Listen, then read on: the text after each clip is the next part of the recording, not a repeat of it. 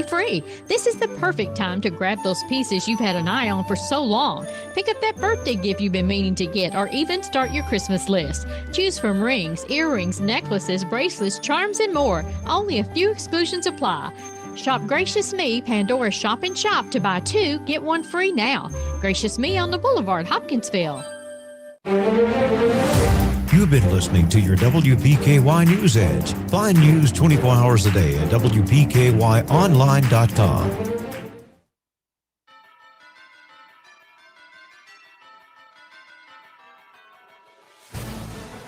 The high school football district schedule heats up tonight as we celebrate the first games of autumn and sail past the halfway point of the season. I'm Scott Brown, and this is your Sports Edge Football Friday presented by Hopkinsville Community College. District 1 teams in Class 4A and 2A start playing games that matter the most tonight. Fort Campbell travels to Mayfield. Caldwell County entertains Ballard Memorial for homecoming in Class 2A District 1. In Class 4A, Hopkinsville renews its rivalry with Logan County and Russellville, while Callaway County looks for its first win of the year at Madisonville. Other non-district games will preview Trigg County's trip to Fulton County as the Wildcats look to remain unbeaten, and we'll take a look at the Christian County contest with Murray tonight at the Stadium of Champions. We'll break down these games and preview the top games in Western Kentucky when your Sports Edge Football Friday begins next. Friday Night Football is here, and we start our coverage leading up to kickoff as Hopkinsville Community College brings you your Sports Edge Football Friday.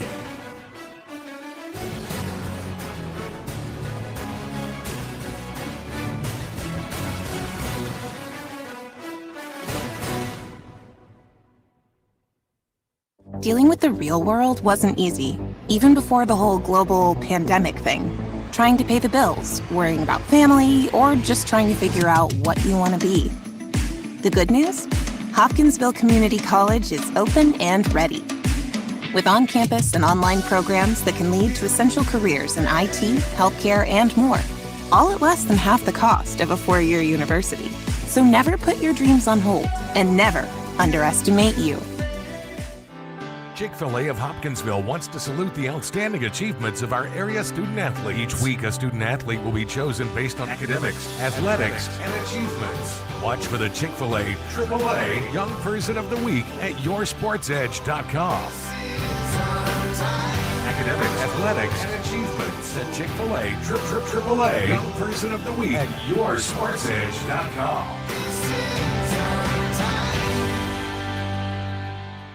Community Medical Clinic is excited to cheer on the Tigers all season long. Go Tigers from Community Medical Clinic. We continue our look at tonight's high school football slate with your Sports Edge Football Friday, brought to you by Hopkinsville Community College. The Caldwell County Tigers. The Ballard Memorial Bombers. The Tigers are celebrating homecoming tonight as they try and get into the win column for the first time in 2022. The offense has struggled for Will Barnes' Tigers as they've reached double digits in scoring just once in 5 games. Caldwell averaging just 7 points a game and 140 yards on offense. Jameis Carnahan leading the Tigers in rushing at 61 yards a game. He looks to have a big night tonight, though, against the Bombers. Like Caldwell County, Ballard Memorial enters play with a record of 0-5. While Ballard Memorial is putting points on the board, they're also hemorrhaging points on defense, giving up over 50 a game. Caldwell County's prime concern on defense will be stopping Jericho Wilson, who's rushing for 101 yards a contest. He also leads the Bombers in receiving with 24 catches for 333 yards. Caldwell County has never lost in 8 career meetings with the Bombers, dating back 11 years. The teams did not play last year. The game was a COVID casualty. The Tigers won the game 2 years ago, 50-8. Coverage of Caldwell County and Ballard Memorial comes your way following your Sports Edge Football Friday on WPKY 103.3 FM and online at WPKYOnline.com. The Trigg County Wildcats. The Fulton County Pilots. The Wildcats are off to a 5-0 start, their best in 15 years. Last week, Trigg picked up one of its best road wins in recent memory. They scored 24 unanswered points in the second half to beat LaRue County 44-30. The Wildcat defense shut out the Hawks in the second half, and Trigg County coach Chris Ezel said it was just a matter of cleaning some things up.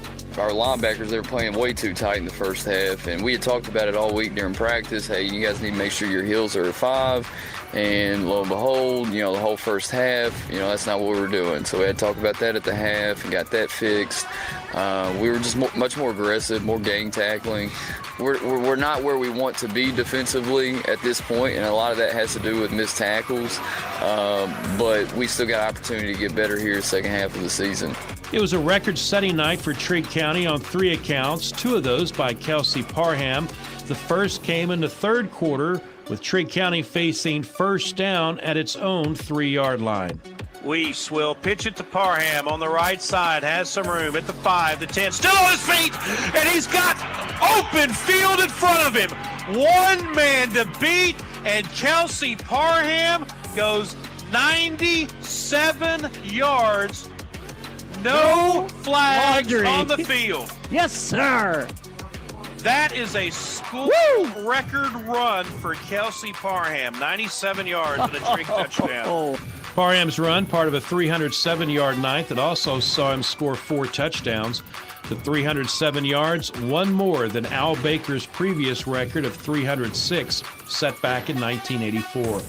Olivia Knopfsinger saw her streak of 27 consecutive made PATs come to an end when number 28 was blocked in the first half. However, she later knocked down the first field goal of her career.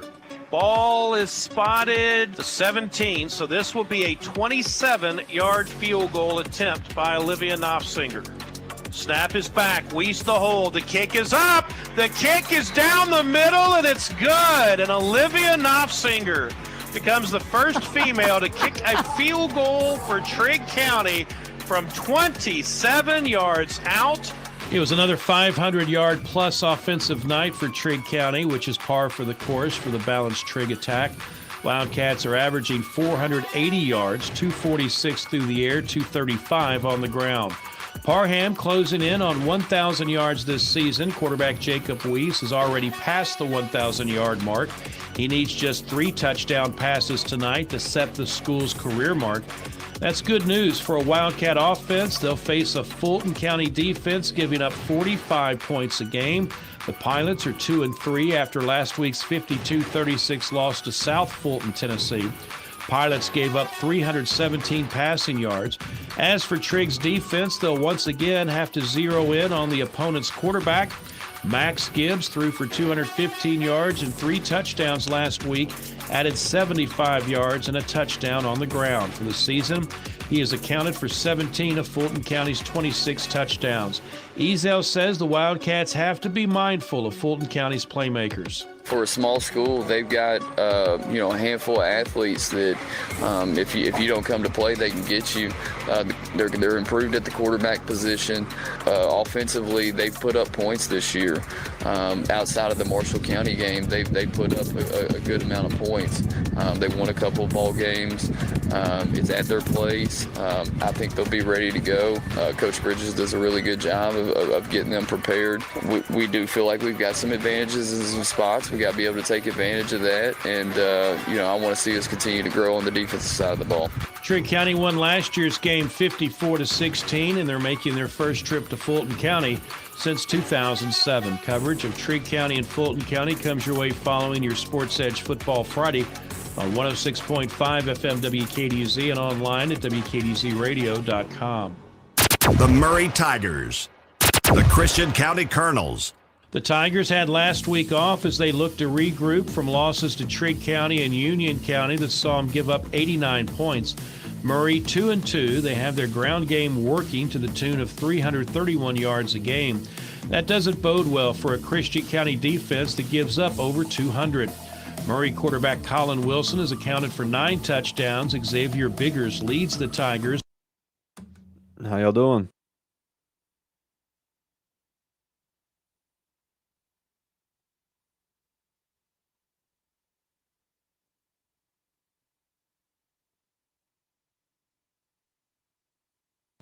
Hello. How y'all doing?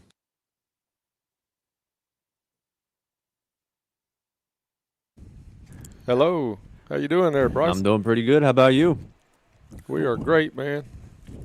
That's great to hear. Hey, Bryce, check 1 2. Check 1 2.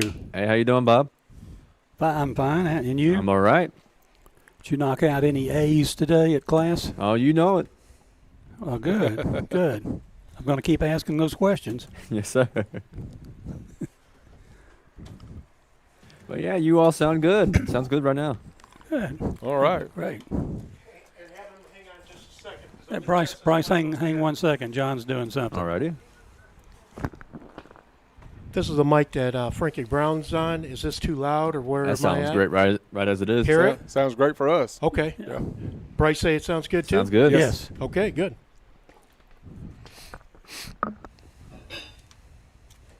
We're all yellow tonight, or you all gold, Dennis. Oh, okay.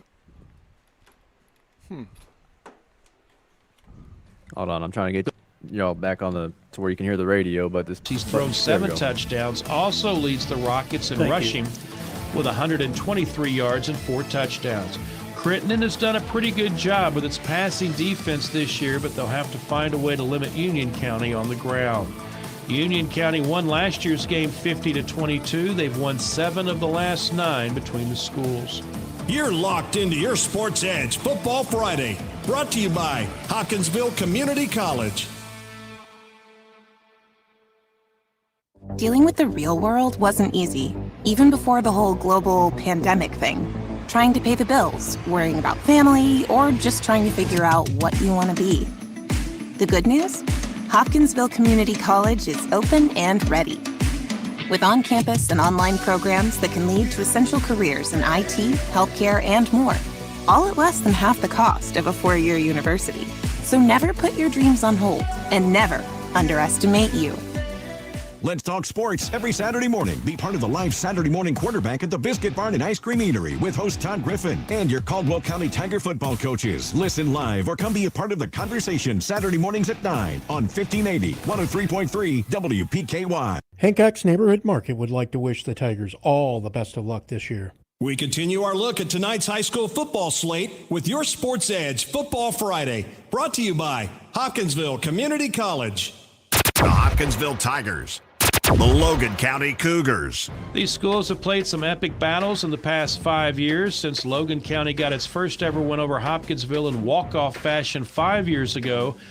The Cougars have won 4 times. Hoptown's won 3. Logan beat Hoptown twice last year by a total of 3 points, including a 39-37 win in the playoffs. The Tigers are 2-3 with wins over Caldwell County and Christian County. They haven't looked good in their 3 losses to Ballard, Mayfield, and Bowling Green. Darius Green ran for 73 yards and 2 touchdowns in last week's shutout win over Christian County. Green, the second leading rusher for Hoptown this year behind Devin Coleman. The Tigers will face a Logan County team coming off its first loss of the year after 4 straight wins. Greenwood beat Logan County 28-21. They had 210 rushing yards. That bodes well for Hopkinsville. The Tigers' priority on defense will be to contain Logan County running back Ryan Reno. He ran for 110 yards and a touchdown last week for the year, averaging 144 yards on the ground. Logan County quarterback Davin Yates has completed 55% of his passes and has 10 touchdowns against 2 interceptions. It's the first district game for both teams, and home field advantage in the first round of the playoffs holds more meaning this year with the new cross-districting format. The Mayfield Cardinals. The Fort Campbell Falcons. These schools have a long and storied history that dates back to battles in the 70s and 80s when only the district champion would play in the postseason. In recent years, Mayfield has had the upper hand. The Cardinals are 5-0, coming off a 62-7 win over Callaway County last week. The Cardinal defense held the Lakers to -7 yards rushing. And on offense, they rushed for 5 of their own, playing on a short field for most of the night. Meanwhile, the Falcons got a 22-6 Army Bowl win over Fort Knox. Freshman Keyshawn Dixon ran for 118 yards and 2 touchdowns. Quarterback Darren Frederick threw for 172 yards. Mayfield has won the last 7 games in the series. 5 of those have been shutouts. Mayfield beat Fort Campbell 55-0 last year. The Falcons' last win in this series came in 2008 when they hammered the Cardinals 50-7. That year was the second of 3 straight years Fort Campbell would win the Class 2A state title. The Callaway County Lakers. The Madisonville Maroons. It's a district matchup for these Class 4A rivals, both teams coming in after a loss last week. Madisonville beaten by Davis County. They had trouble containing the Panther rushing game. Bryson Parham ran for 127 yards and a touchdown for Davis County. Madisonville got 145 yards from their top running back, Marquez Hightower. The Maroon defense also had 4 takeaways, including 3 fumble recoveries by Ricky Bowles, but in the end, it wasn't enough. Madisonville should have a much easier time tonight with a Callaway County team that's 0-5 and got hammered by Mayfield last week. Callaway pulled the surprise last year, winning 41-35, and the Lakers have won 4 of the last 7 meetings in the series after Madisonville won 9 straight from 2002 to 2014. The Davis County Panthers. The Marshall County Marshals. Speaking of Davis County, they travel to Draftonville tonight for a district matchup with Marshall County. The Panthers are 3-2 with last week's win over Madisonville coming after losses to Owensboro and Ryle. Bryson Parham averaging 90 rushing yards a game. Quarterback Jack Ball has thrown 6 touchdowns. But Davis County, an opportunistic team on defense. They have 22 takeaways, 15 interceptions, with Decker Renfro having 7 of those, and he's returned 3 of those for a touchdown. Marshall County 3-2, but lost to McCracken County last week 42-7. McCracken had 5 takeaways last week, and that does not bode well for the Marshals tonight. However, Marshall County doing a much better job of running the football this year, averaging 241 yards. Aiden Dunnigan and Cameron Bowerman each have 7 rushing touchdowns. Turnovers likely to decide this contest. You're listening to Your Sports Edge Football Friday, brought to you by Hopkinsville Community College.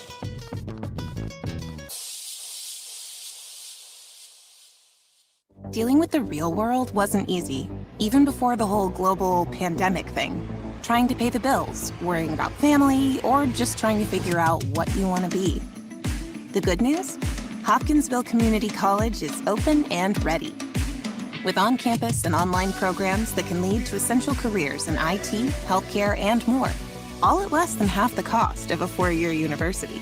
So never put your dreams on hold, and never underestimate you. Tomorrow night. Touchdown! Touchdown! Kentucky! Coach Stoops and the Cats play under the lights against a foe from the MAC. Let's go! Northern Illinois Huskies and your Kentucky Wildcats.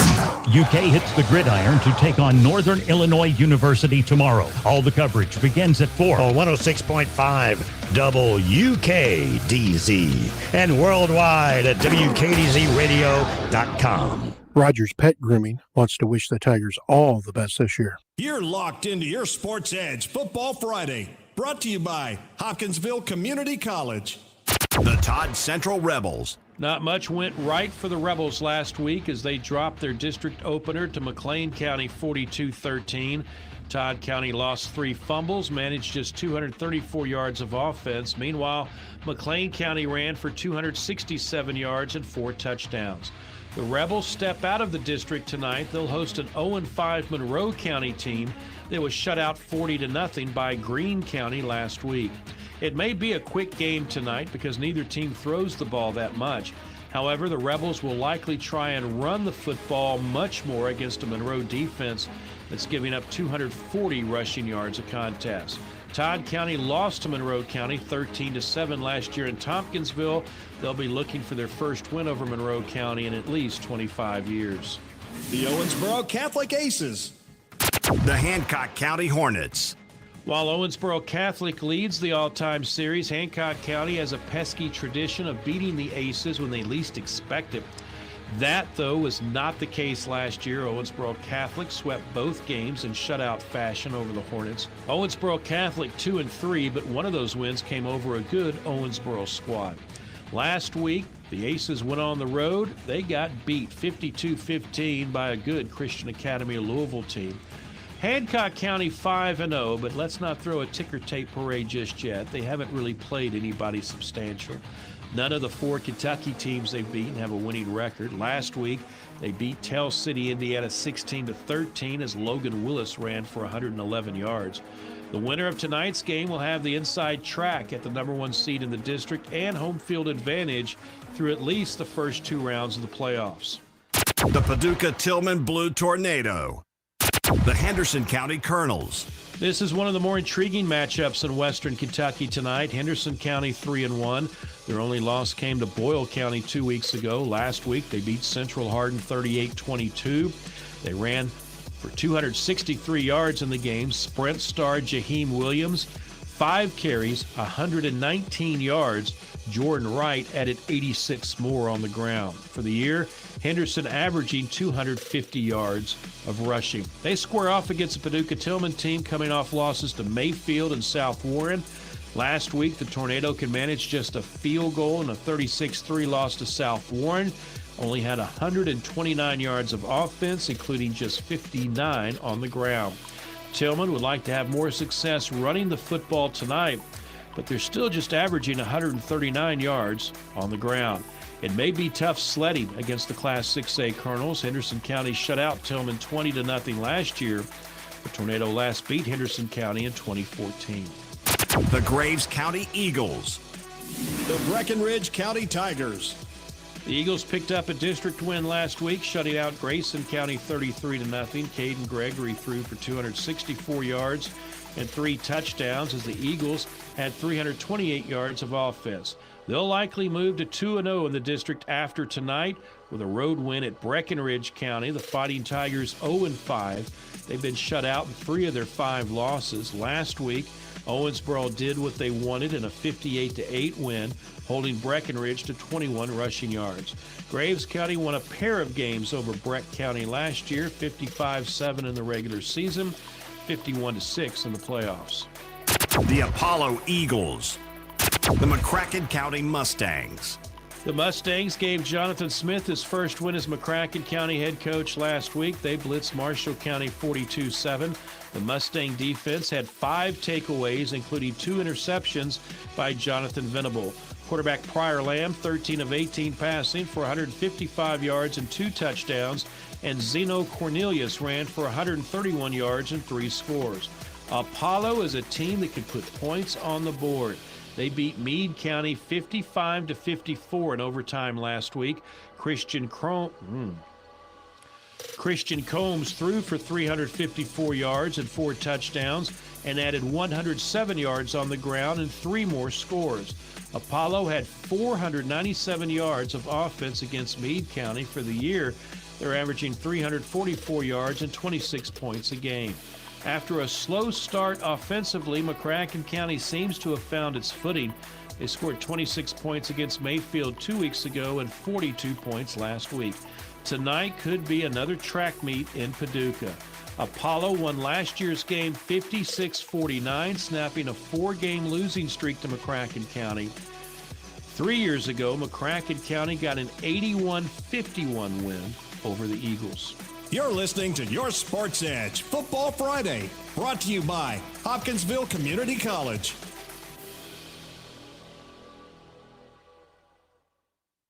Dealing with the real world wasn't easy, even before the whole global pandemic thing. Trying to pay the bills, worrying about family, or just trying to figure out what you want to be. The good news? Hopkinsville Community College is open and ready. With on-campus and online programs that can lead to essential careers in IT, healthcare, and more, all at less than half the cost of a 4-year university. So never put your dreams on hold and never underestimate you. When we say Classic hits, we mean 50 ways to leave your lover. You just slip out the back, Jack. Sweet darling, get the best of my love. Get the best of my love. Listen to WPKY worldwide at WPKYonline.com. WPKY. Give it your all this season, Tigers. Good luck from the Western Kentucky Regional Blood Center.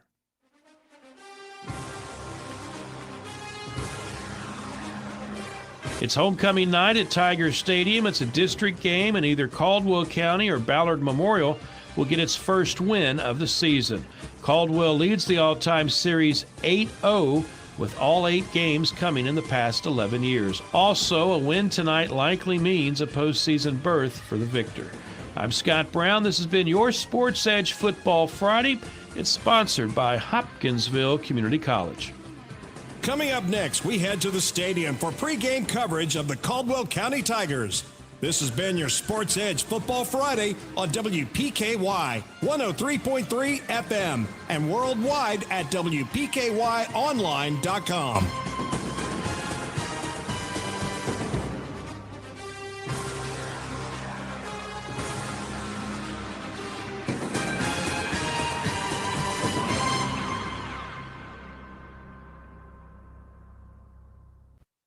Dealing with the real world wasn't easy, even before the whole global pandemic thing. Trying to pay the bills, worrying about family, or just trying to figure out what you want to be. The good news? Hopkinsville Community College is open and ready. With on-campus and online programs that can lead to essential careers in IT, healthcare, and more, all at less than half the cost of a 4-year university. So never put your dreams on hold, and never underestimate you. Tomorrow night, Coach Stoops and the Cats play under the lights against a foe from the MAC. Let's go! Northern Illinois Huskies and your Kentucky Wildcats. UK hits the gridiron to take on Northern Illinois University tomorrow. All the coverage begins at 4 on 106.5 WKDZ and worldwide at WKDZradio.com. Good luck, Tigers. Have a great season. From Treasures Remembered.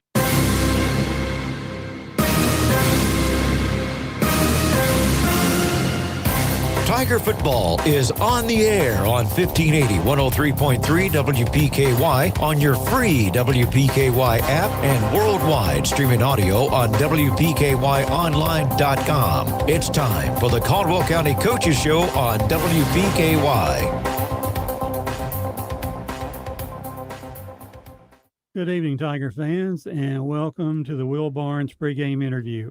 This is Bob Hayes, and we are at home tonight here in the friendly confines of Tiger Stadium as the Ballard Memorial Bombers come to town. A new season unfolds tonight as the Tigers enter district play. I'll be back with Coach Barnes after these commercial messages. Pennyroyal Hospice Executive Director Kelly Martin. Living to the fullest with Pennyroyal Hospice means relief. R is for when that time comes that you face a restriction in the health of your life. E is for the ease of access to get that help that you so desperately need. L is for the life boost that hospice provides both for the patient and for the family. I stands for the individualized plan of care for your loved one. E is for the emergency plan that is developed specifically for you as a hospice patient. The letter F, we fill in the gaps after someone passes with an amazing and extended bereavement program. Living to the fullest means relief with Pennyroyal Hospice, celebrating 40 years of care for our loved ones. At YourSportsEdge.com, we strive every day to continue to bring you the gold standard in high school sports coverage with more on your teams and your players. Where did it show up there? And while they are not gold, those Crystal Awards we have won for doing what we love to do are pretty cool too. That's something you see every day. The Kentucky Broadcasters Best Digital Product Award winner. YourSportsEdge.com. Proud supporter of Tiger Sports, Big John's Barbecue says, "Go Tigers." Welcome back to the interview. And Will, we begin a new season tonight, and it seems like every time we play Ballard Memorial, they are a real pesky team to deal with. Yeah, getting into the district games, which is something we really emphasize and is obviously really important. when you start talking about the postseason. And every time we play Ballard, they always bring a really good team to the field and play really hard and got a lot of respect for their football program. And not forgetting how we've started the season so far, what has been your message to the kids this week? Take it day by day and really period by period in practice and kind of narrow our focus a little bit, focus on what the now and where we're at right now and just try to improve a little bit day by day. And I think if we'll do that, we'll start to see some improvement. And last week I noticed, at least to me, that we played a little faster. Will we continue that trend tonight if possible? We'll probably play about how we've played all year. Just again, it's kind of a catch-22 situation with how many guys we've got going both ways. I do think at times it could help us, but I don't think we need to be doing pushing the pace all the time like we usually would. And as we got late in last week's game, we saw several of our youth come in and play. And looking at some of those kids, Eli Stevens, Brian Barber, Luke Maddox, Cade Roll, and Max Eaton, those kids are getting some depth, building some depth, and you probably be using them more and more as the season goes on. Yeah, those guys, are finally getting to play a little bit more, and they've had JV games canceled, and we had one JV game where we only got to play a half, so we're getting a little more consistent JV schedule, and then those guys got to play a little bit last week, and they're doing a really good job, and you can really see some improvement, and really excited about some of those freshmen and sophomores that are playing, that have already been playing, and then some that are kind of filling some role player roles. And kind of just thinking back in my youth and way back in my youth, there was a guy named Lou Gehrig one time that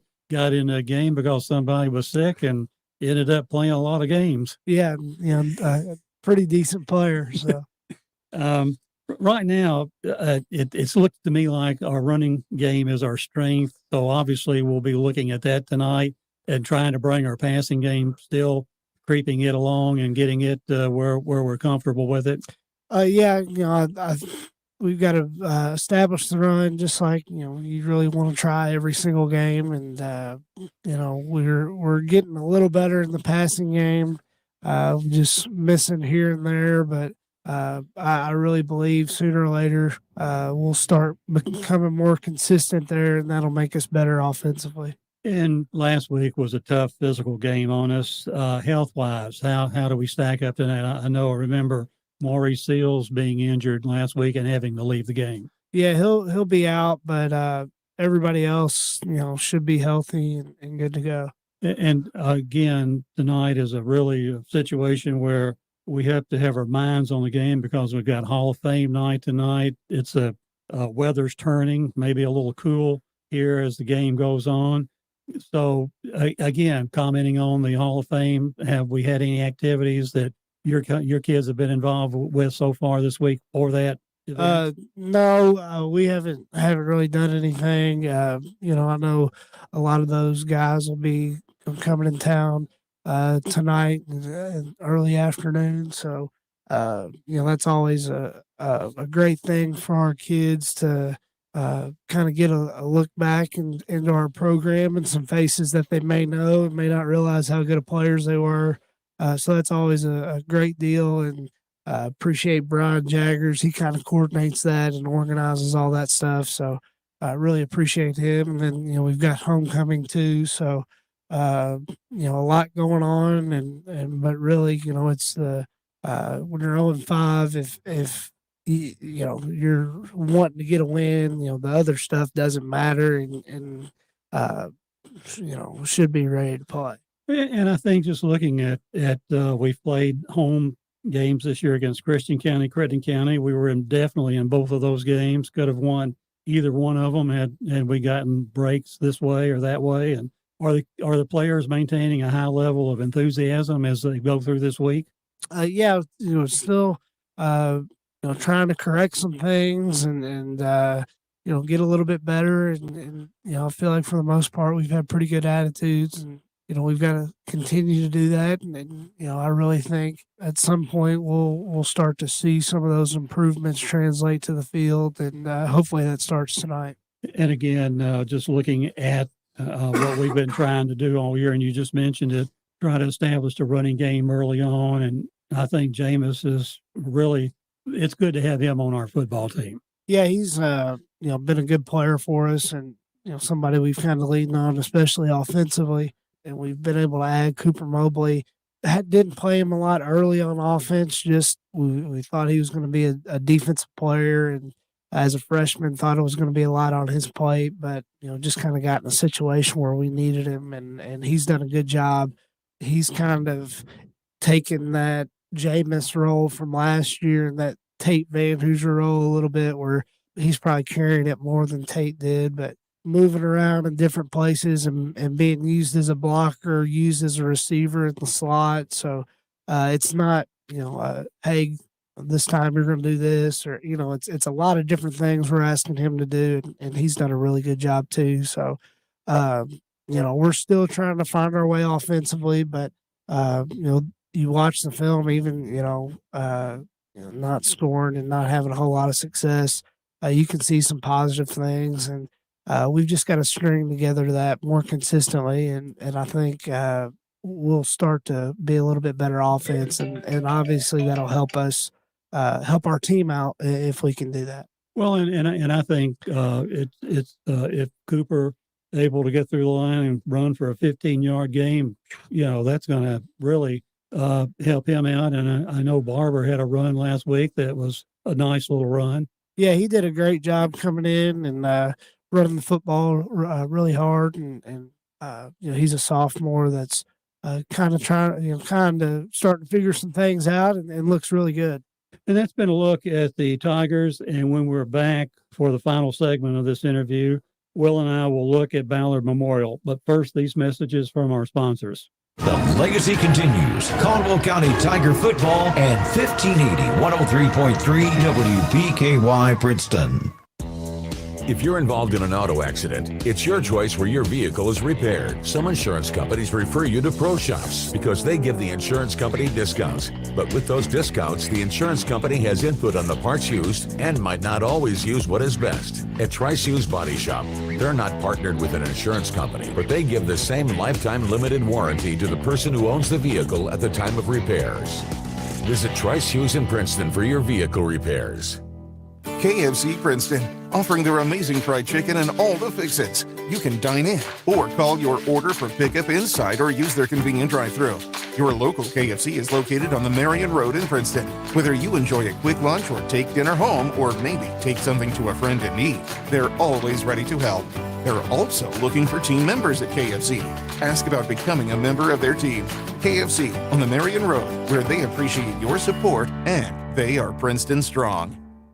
Hi, this is Daniel Ingram with H&R AgriPower. Take care of your property with equipment you can count on, like the Kubota BX and L Series compact tractors, part of our under 100 horsepower tractor lineup rated #1 for reliability, and Z Series mowers and Sidekick utility vehicles where durability meets speed.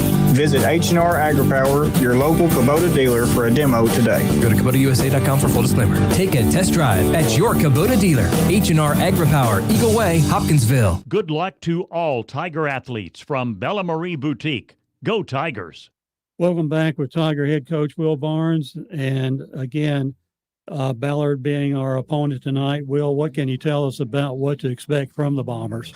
Since we've been playing them, being back in 2A the last, I guess 3 years, they've really, this is the best team that we've played, and they've got some really good playmakers on the offensive side of the ball that can really cause you problems. And it's like a typical Ballard team. They play really hard and can give you some problems because they do have some weapons that they haven't had recently. And they've got a running back that is really fast, and they do a good job moving him around and getting him the ball. And looking at some of the players you just mentioned, the quarterback number 4 is Hunter Bilmer, 50 out of 104 with 7 interceptions this year.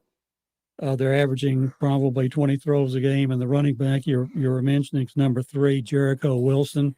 He leads them in rushing with 55 carries, 507 yards. He's also their second leading receiver. So they do a good job of trying to get the ball into his hands. That's a sign of good coaching is you've got a really good player and using him in a lot of different ways. And they do a good job with that. And, he's a fast kid, but he's also pretty physical and plays downhill. And he's a kid you've got to really swarm to the ball and gang tackle because he can make a lot of plays.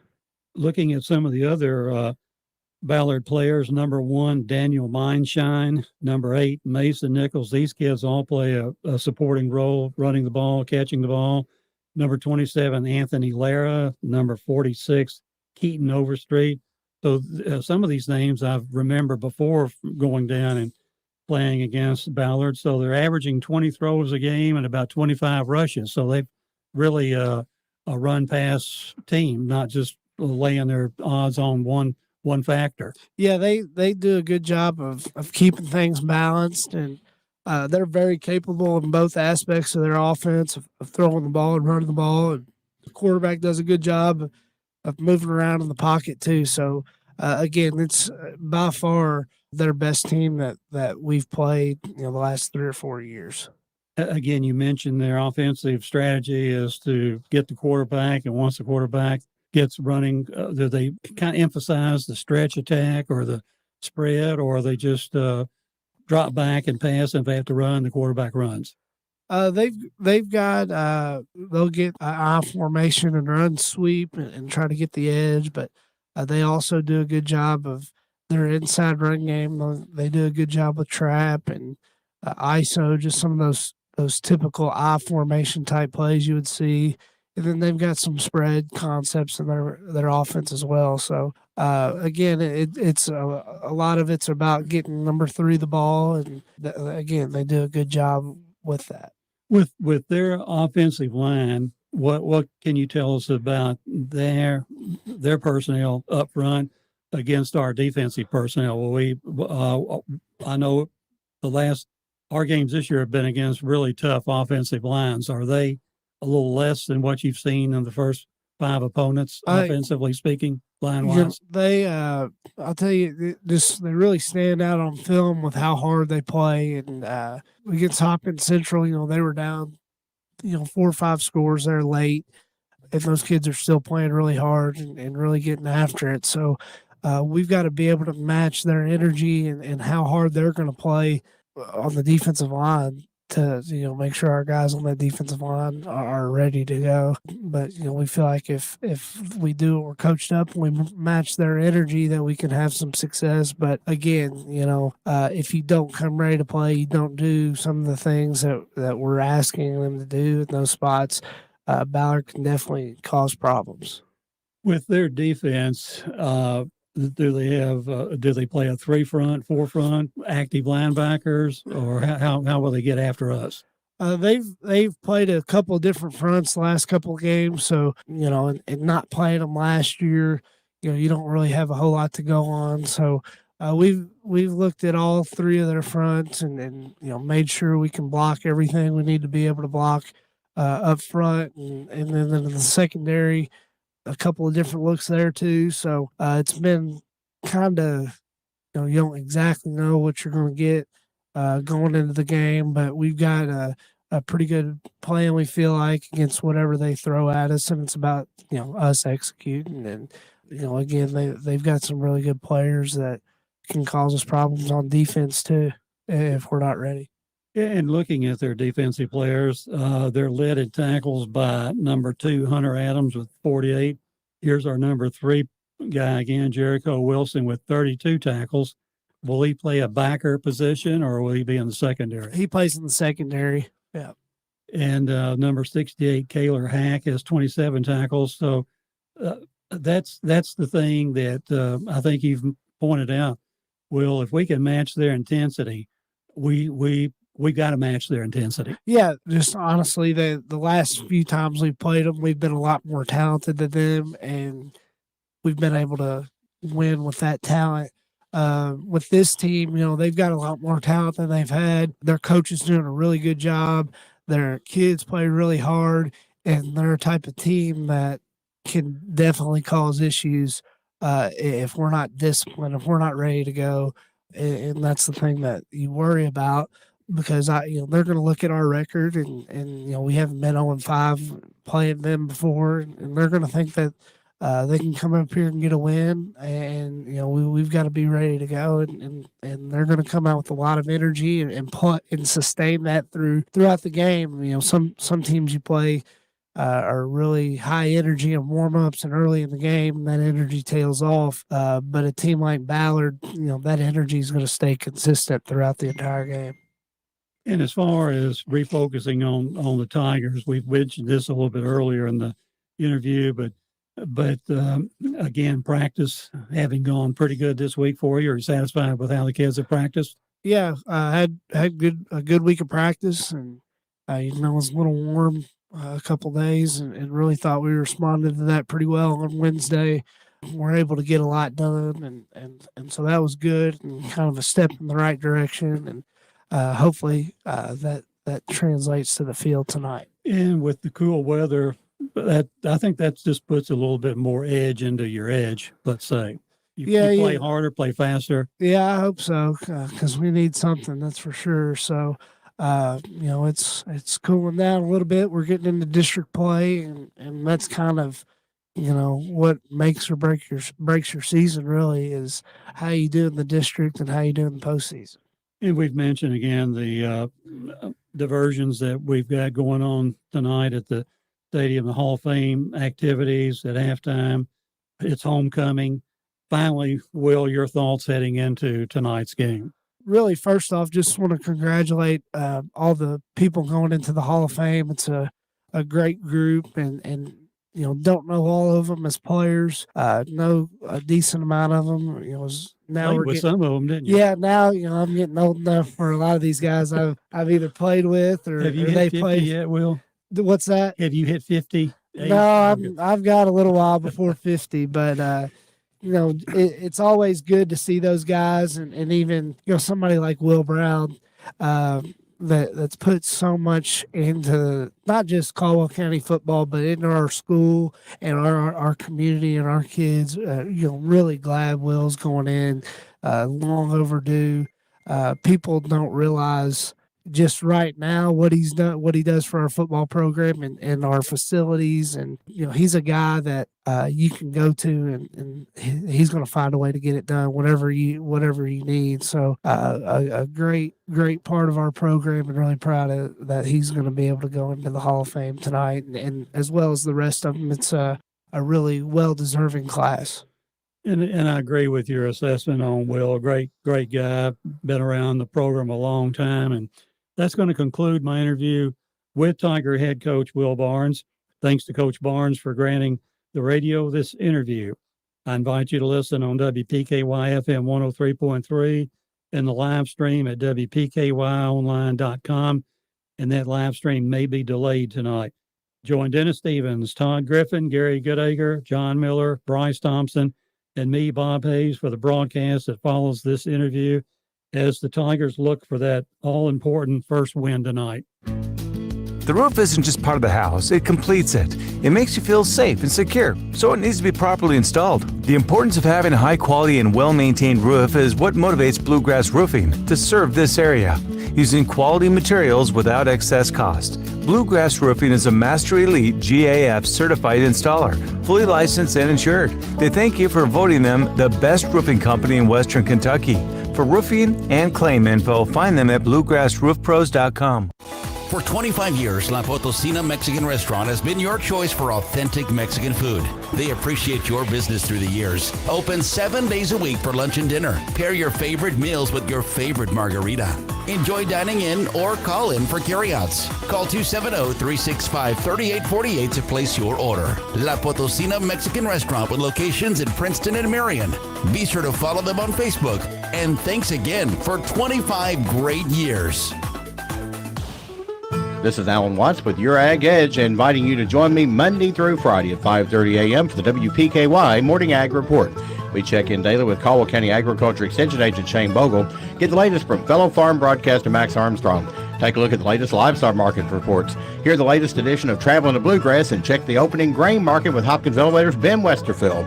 That's the Morning Ag Report from your Ag Edge Network on 103.3 FM and 1580 AM WPKY.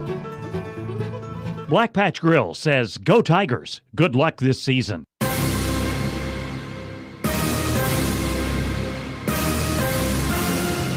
Time to head live to the stadium for a preview of tonight's action with the WPKY Sports Crew. The Caldwell County Tiger pregame show is on the air.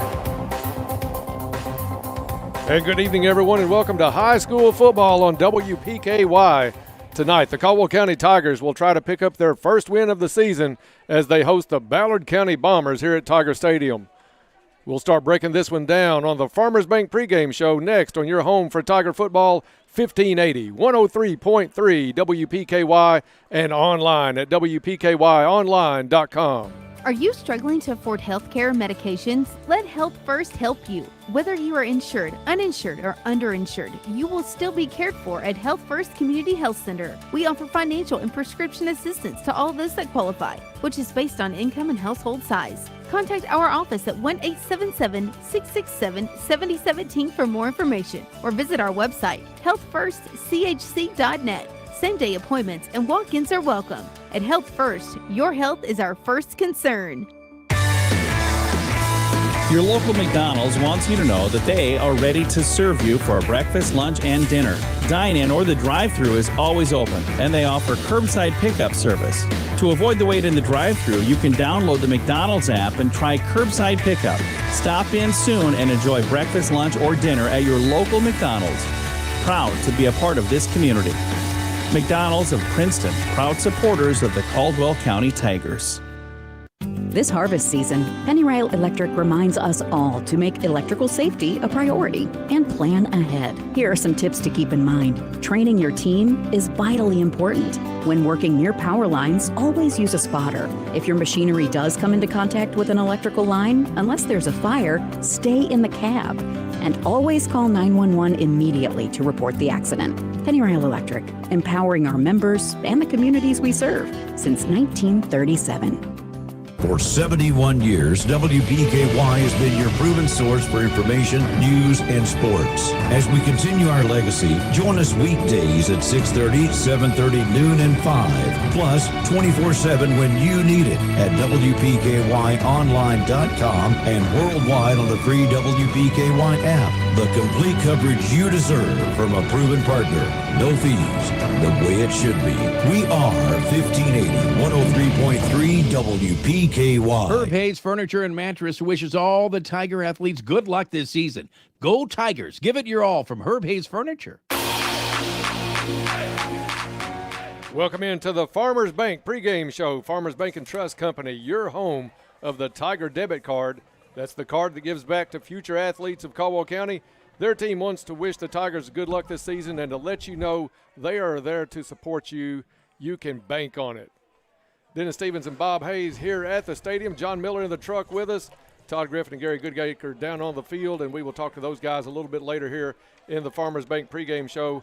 Bob, a couple of teams that come into tonight, 0-5. Ballard County 0-5 on the season. Caldwell County 0-5. Somebody's going to leave here with a win, probably a leg up in the playoff race, but more importantly, a little bit of confidence on what's been a long season for both teams already. This is a very important game, Dennis, for both teams. Obviously important for us because we're never in this situation as we are experiencing this year. So a good win would be tremendous therapy for these young men, and you can build off of it. And the season's still obviously a long way to go and playoff that we can possibly make some noise in the playoffs. Absolutely. The first district game of the season tonight as we will take on the Ballard County Bombers. A lot going on here tonight. We've got junior pro cheerleaders. We've got homecoming. We have Hall of Fame inductions here tonight. So a full night here at Tiger Stadium.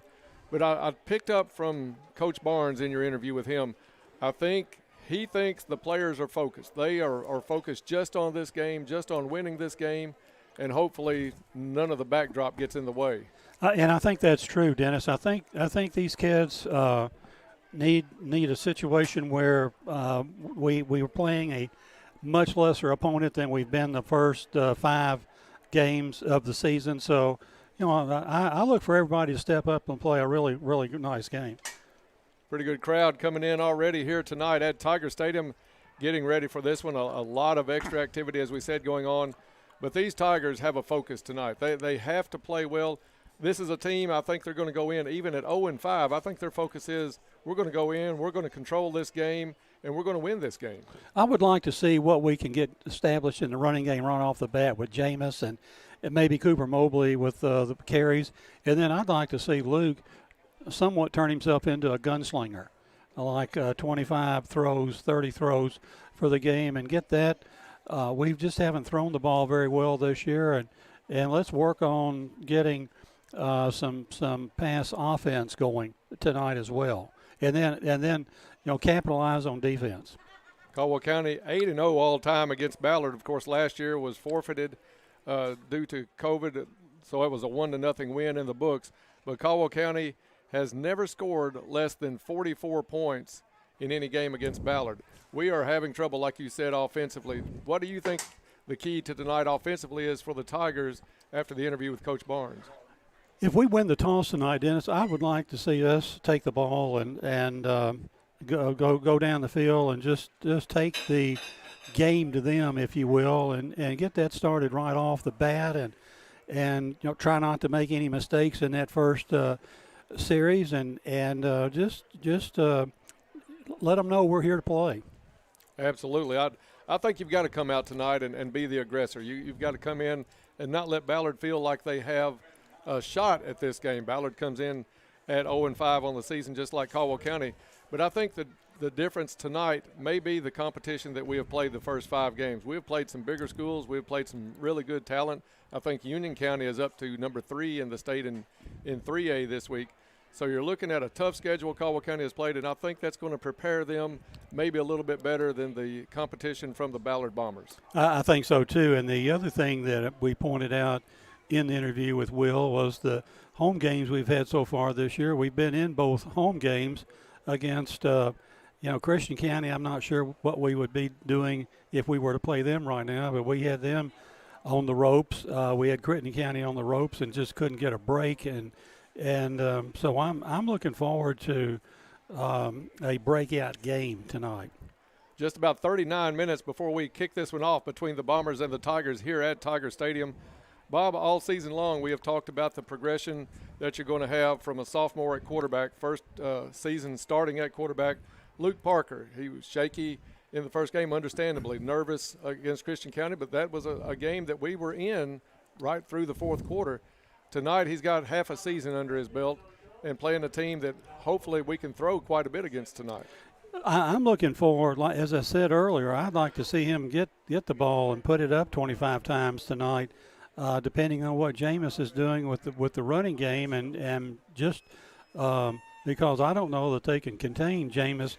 He's run well against several different big-time defensive fronts this year, and I know that once our O-line is blocking and you can open holes, I think they will begin to open these holes and let him shoot through them. He's a darting, quick runner, and you don't get him down the first 10 yards, he's apt to go the distance. Carnahan has been the workhorse for Caldwell County all season. He has 64 carries on the year for 308 yards, averaging almost 62 yards a game, but he does have that capability of hitting that big run at any time during the course of a game.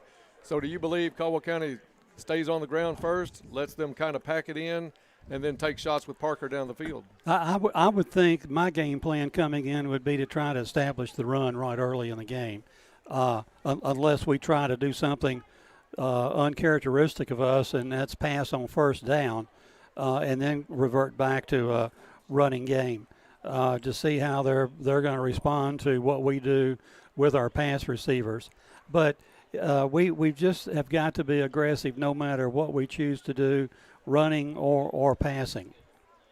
And then you take a look down the line for Caldwell County a little bit. We've got Xavier Bumpus leading the team in receiving He has 144 yards of receiving on the year. Those numbers throwing the ball for Caldwell County realistically have to come up for Caldwell County to be effective in these district games and then in the playoffs should we get to that point. He's got to become a playmaker and one that the other team has to account for, if you will, Dennis. And a good time to get that going would be tonight. We know when we play Murray tonight, when we play Murray, which is not tonight, that Murray really runs the ball and hardly ever pass the ball. But we can work on our passing game then, our running game. And Trigg, I think we match up really well with Trigg, even though Trigg has a winning record this year. We always play those guys tough. Yeah, they've got an explosive offense this year, and we'll kind of be glad that they are the last game on the regular season this year as we prepare for Trigg County. But back to that passing outlook for Caldwell County, you have Parker 36 out of 79 on the season, 329 yards, about 66 yards a game. And people are used to seeing the big spread offense with Caldwell County, the ball going down the field quite a bit. This one is turning into, in my opinion, more of a ball control team, more focusing on Carnahan maybe with the run, Parker taking his shots down the field when he can. So I really look for Parker to maybe surprise some people tonight and air that ball out, get these receivers open, and you're going to have kids like Bumpus, even Carnahan, and Logan Chambliss is another one that I think could have a big night through the air for Caldwell County. And we got receivers like Camden Wolford and Cade Rowland and Eli Stevens Canyon Richardson. And Canyon Richardson. And the other thing I think we might have overlooked, or hopefully we don't overlook, is the running ability of Luke. He's got the ability to get outside the end, and he's quick. Has had to run for his life several times this year, so he's aware of what that feels like. And I think that if you go to sleep on him, he can run, pick up a few critical yards on the ground for us tonight. I think one thing to his credit that he has done well this year, there's not a lot of turnovers. Look at his interceptions, only 3 on the season for a sophomore quarterback entering his first year as a starter. So I think he's taken care of the ball. He's thrown it away when he's had to and not made it any worse than what it was for Caldwell County at the time against some of these very strong and bigger class teams. I think he's ready for the night, Dennis. And the other thing about just looking at Ballard County, they have a kind of a dual threat guy down there in number 3, Jericho Wilson, who is their leading rusher, also their leading receiver, and their quarterback, who runs well as well and has thrown 7 interceptions this year. So I'm looking for us to, again, work the pass defense and see if we can make him throw number 8, maybe number 9 tonight. A great night for football. We finally got some cooler weather here at Tiger Stadium. Temperature is going to be in the 60s at kickoff, probably low 60s by the time we finish this one up with all the activities going on. We're going to take a break here on the Farmers Bank pregame show. When we come back, we'll talk some about the Bombers and also let you know about all the other activities going on a big night here at Tiger Stadium as we get ready for the Bombers and the Tigers, now about 34 minutes away right here on WPKY. Celebrate 25 years of Planters Bank with 2,500 points. Introducing the Planters Bank 25-year celebration special. Earn 2,500 You Choose rewards points and get a free Visa check card with every new checking account open. And they'll add 2,500 You Choose rewards points to your Visa check card balance.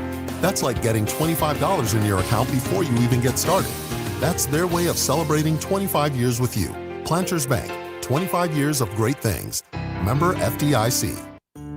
Hey, sports fans, you wouldn't want your favorite sports team to play only offense or defense. When it comes to insurance, why settle for someone that can handle only your auto policy? At Goodwin Insurance, they take care of all your insurance needs. You deserve someone that provides comprehensive coverage and is working alongside you in your community. Contact them today for a quote. Goodwin Insurance of Princeton, Cadiz, or Marion, or online at insurewithgoodwin.com. You'll find over 30 years experience to work for you at U-Ride in Princeton. They are hometown proud and ready to serve your vehicle needs from start to finish, and they do it all safely. You'll find variety and quality vehicles along with on-the-lot financing. And of course, you can always apply online at uridesales.com. Stop by or call for an appointment today with one of their friendly sales staff at U-Ride on the Marion Road in Princeton, 270-365-3018. Hometown proud. Go Tigers! Caldwell Medical Associates' new Katawa Orthopedic Clinic is your one-stop shop for orthopedic care. Our team of medical professionals can diagnose and treat a wide range of orthopedic care and get you back on the path to a happier, healthier you. Whether you need basic fracture care or osteoporosis management, a sports physical, or back pain treatment, we've got you covered. To learn more or to schedule an appointment with an orthopedic provider, visit caldwellmedical.com. Saturday mornings at 9, we're talking sports at the Biscuit Barn and Ice Cream Eatery. Join Todd Griffin along with your Caldwell County football coaches for the live Saturday morning quarterback. Be part of the conversation in person or on 1580 103.3 WPKY. Raider Auction Company is excited to cheer on all the Tiger athletes this season. Go Tigers from Raider Auction Company. Welcome back to the Farmers Bank pregame show as we get set for the Tigers and the Bombers here at Tiger Stadium. Just over 31 minutes away from kickoff tonight. Dennis Stevens and Bob Hayes here in the booth with you. And Bob, a lot of things going on tonight here at Tiger Stadium. No, your granddaughter is in the Junior Pro cheerleading exhibition tonight. Then we've also having homecoming here. I think homecoming, as I understand, before the game. And then Hall of Fame inductions coming up at halftime tonight. So a big night here at Tiger Stadium. Those homecoming candidates tonight, let me pull those back up. We have sophomore attendant Callie Traylor, junior attendant TJ Goodwin, freshman attendant Jediah Wolfert, and all the senior candidates are Addison Fish, Lakin White, and Madison Gill. So good luck to those young ladies tonight. A lot of things getting set up down by the band tonight in preparation for that.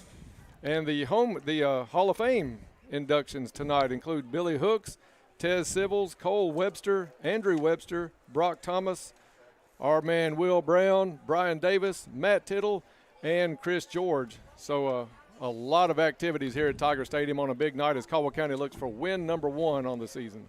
It is a big night, and we can see the beginning of the homecoming ceremony begin to take shape. The band, Dennis, when they marched in, we got about 30, 35, 40 members of the band that marched in front of us tonight. So I'm anxious to see them and to hear their national anthem like we almost couldn't hear the Union County band last week with their national anthem. It was a little bit light last week. So, and I don't think the school administration could have planned for a better night. You've got cool temperatures that set in early this morning. And a light breeze here has got the flag moving just a little bit, but temperature at game time should be about 68 and about 61 by the time we finish here tonight. Field looks great. We were just talking with Bruce McAllister about the new field painter out here, so come out and check that out.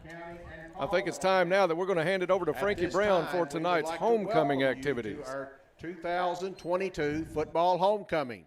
We are very proud of our students for their participation in Spirit Week activities this week. At this time, would you please direct your attention to the center of the field as we introduce this year's homecoming court. Assisting us with the possession tonight are the members of the Band of Pride Color Guard.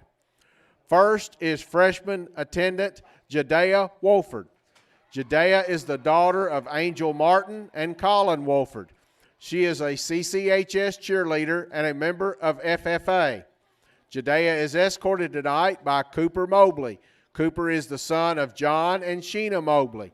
He is a member of the Tiger football and track teams.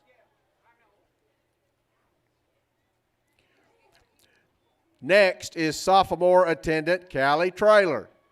Callie is the daughter of Jessica Traylor and Sean Traylor. She is a member of the Lady Tiger soccer team, FFA, HOSA, and 4-H. She attends Christ Tabernacle Church. Her escort tonight is Gus Fox. Gus is the son of Christine Fox and Devin Fox. He is a member of the Tiger football and basketball teams. Gus is also a member of Community Disciples Youth Group and attends Christ Tabernacle Church.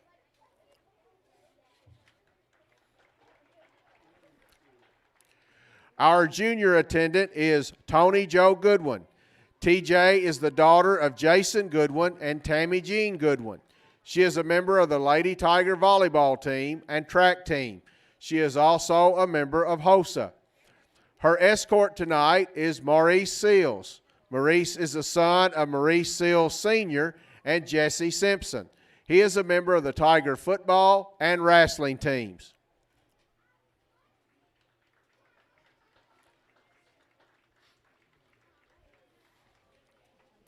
The first of our three candidates for Queen tonight is senior attendant Addison Fish. She is the daughter of Tracy Groves and Tommy Fish. She is a member of the Band of Pride and is the Color Guard section leader. Addison serves as reporter for HOSA and participates in Winter Guard. Addison is escorted tonight by Xavier Bumpus. Xavier is the son of Patrick Murphy and Leslie LaRue. He is a member of the Tiger football and basketball teams. He is also a member of FBLA and FCA. Xavier is also a member of the Community Disciples Youth Group. Our second candidate for Queen tonight is senior attendant Madison Gwill. Madison is the daughter of Ashley Stewart and John Gwill. She is a football manager and a volunteer for One Tribe. Madison attends First Baptist Church of Princeton. Madison's escort is Kenyon Richardson. Kenyon is the son of Jenna Williams and Jamie Richardson. He is a member of the Tiger football team and a volunteer for One Tribe. Kenyon also attends First Baptist Church of Princeton. Our third candidate for Queen tonight is senior attendant Lakin White. Lakin is the daughter of Jenny Burrell White and Paul White. She is a member of the Lady Tiger soccer team and NHS. She serves as local FFA president and the regional FFA president. She is a member of Bethel United Methodist Church and is active in Caldwell County 4-H. Lakin is a member of the Kentucky State 4-H All-Star Livestock Judging Team.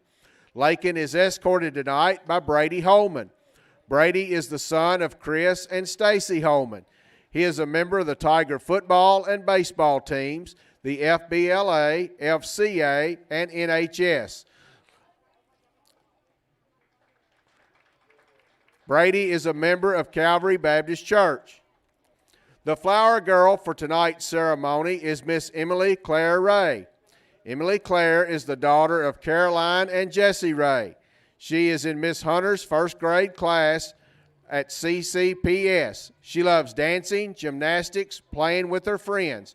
She attends First Baptist Church in Princeton. Our crown bearer for tonight is Mr. Cole Gilkey. Cole is the son of Gatton and Lacey Gilkey. He is in Miss George's first grade classroom at CCPS. He plays on the Ranger 8U baseball team and is currently playing flag football. He likes riding four-wheelers on the farm and attends Southside Baptist Church. Crowning tonight's queen is senior class president Sydney McKinney. Sydney is the daughter of Laura McKinney.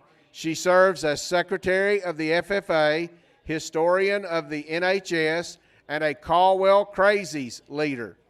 She is a CCHS cheerleader, a member of the yearbook staff, FCA, SWAT team, and was a 2022 Governor Scholar.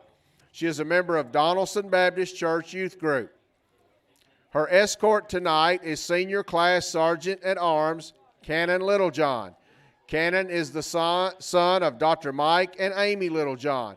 He serves as treasurer for the NHS and is a Caldwell Crazies leader.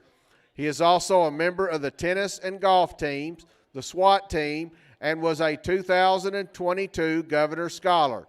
He is a member of First Baptist Church of Princeton and involved in our youth group. And now for the moment you've all been waiting for, the 2022 CCHS Football Homecoming Queen is Lakin White.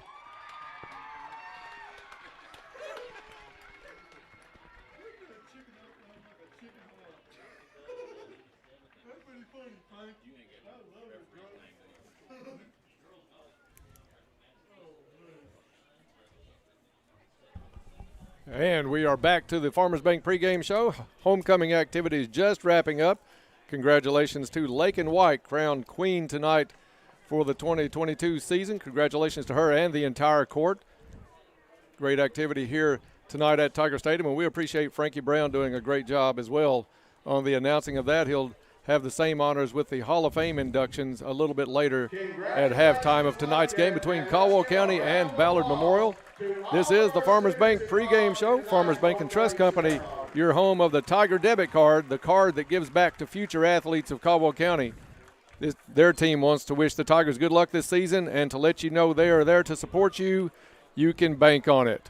Just about 21 and a half minutes before we kick this one off, Bob, we haven't had a chance to talk a lot about the Ballard Bombers key players, so we can go through my notes here and we'll get them pulled out. But it starts with Hunter Bielmer at quarterback. He's a sophomore, so a couple of sophomores starting against each other tonight. He is a quarterback and cornerback defensively. He has pretty decent numbers on the season, 50 out of 104, almost 50%, 666 yards on the year, so 133 plus per game. So he will go to the air some, about 21 throws a game. But this team is pretty much split 50-50. They'll go on the ground just about as much. You have a kid named Jericho Wilson that seems to be the big stud for Ballard Memorial, and he is wearing number 3 tonight, averaging over 100 yards a game on the ground. We got to know where he is at all times tonight, Dennis. The other thing about the quarterback, Bielmer, is that he has 25 carries for 54 yards, and you wonder how many yards he's lost by being sacked and all that. So I think we got to pay attention to him as well and get after him. That would be something that I don't know whether that's been done quite often this year against Ballard, but I'm sure teams like the teams that have beaten them like 40-7 have done that. Bob, these are two teams where they both come in at 0-5. Those are the two big kids to watch, of course, for Ballard Memorial. But you've got on paper these teams are 0-5, and if all of the statistics is what you're going on, Ballard has scored more than twice as many points as Caldwell County. They've only given up -2 yards rushing on the season to their opponents. Caldwell County has given up 174 points on the year. So statistically, you look at Ballard and think, hey, Ballard's got the edge on Caldwell County tonight, but then you also look at the schedule that both teams have played. Ballard this season has lost to Marshall County, South Fulton, Massac County, and Metropolis, Illinois, Fulton County, and Hopkins County Central, but they have scored some points on their part. 38 points against Massac County, 30 points against Fulton County, just 14 last week against Central. So the offense can score some points. It's a matter of if we come out focused and take this game serious as we need to and stop them and show a little offense of our own and get we've got to have some scoring tonight to get up in the, I'd say, the 21 to 28 point range. We've got to be aggressive and we've got to be offensive tonight, Dennis. I think we've made that point pretty common throughout what we've been talking about and discussing. And it starts with, I don't know that Ballard has seen the running attacks that we've seen this year with Madisonville, with Union County. Crittenden County was rough on us a little bit, even though we could have maybe won that game if things had gone our way. But it's one of those things where the game's going to be played on the field, and the team that wants it the most will probably get the win tonight. A little closer game than you would normally expect when these two teams get together, but that's going to make it fun here tonight as we get set for kickoff. Just 18 minutes away here now from Tiger Stadium. We're going to take a break here on the Farmers Bank pregame show, and when we come back, Our first Go Green Field report with Todd Griffin and Gary Goodacre is next, right here on 1580, 103.3 WPKY. As a community-owned enterprise, the Princeton Electric Plant Board provides services to the people in the Princeton area. One of the services they provide is to make sure the lights are on over our fields and courts for our Caldwell County Tigers. From everyone at the Princeton Electric Plant Board, good luck to all the Caldwell County Tigers and hopes for a safe season. And a big electric roar to their Tigers, Preston Burrell and Lily Hoare. Hi, this is Daniel Ingram with H&R AgriPower. Take care of your property with equipment you can count on, like the Kubota BX and L Series compact tractors, part of our under 100 horsepower tractor lineup rated #1 for reliability, and Z Series mowers and Sidekick utility vehicles where durability meets speed. Visit H&R AgriPower, your local Kubota dealer, for a demo today. Go to KubotaUSA.com for full disclaimer. Take a test drive at your Kubota dealer. H&R AgriPower, Eagle Way, Hopkinsville. At First Southern National Bank, we believe in your future. We also know that you want to prepare now so your family is ready for opportunities when they arrive. We make it our priority to provide simple savings solutions to make that possible. Begin your savings journey now by opening an account online at fsmb.net. Member FDIC, Equal Housing Lender. Chick-fil-A of Hopkinsville wants to salute the outstanding achievements of our area student-athlete. Each week, a student-athlete will be chosen based on academics, athletics, and achievements. Watch for the Chick-fil-A AAA Young Person of the Week at yoursportsedge.com. Academics, athletics, and achievements at Chick-fil-A AAA Young Person of the Week at yoursportsedge.com.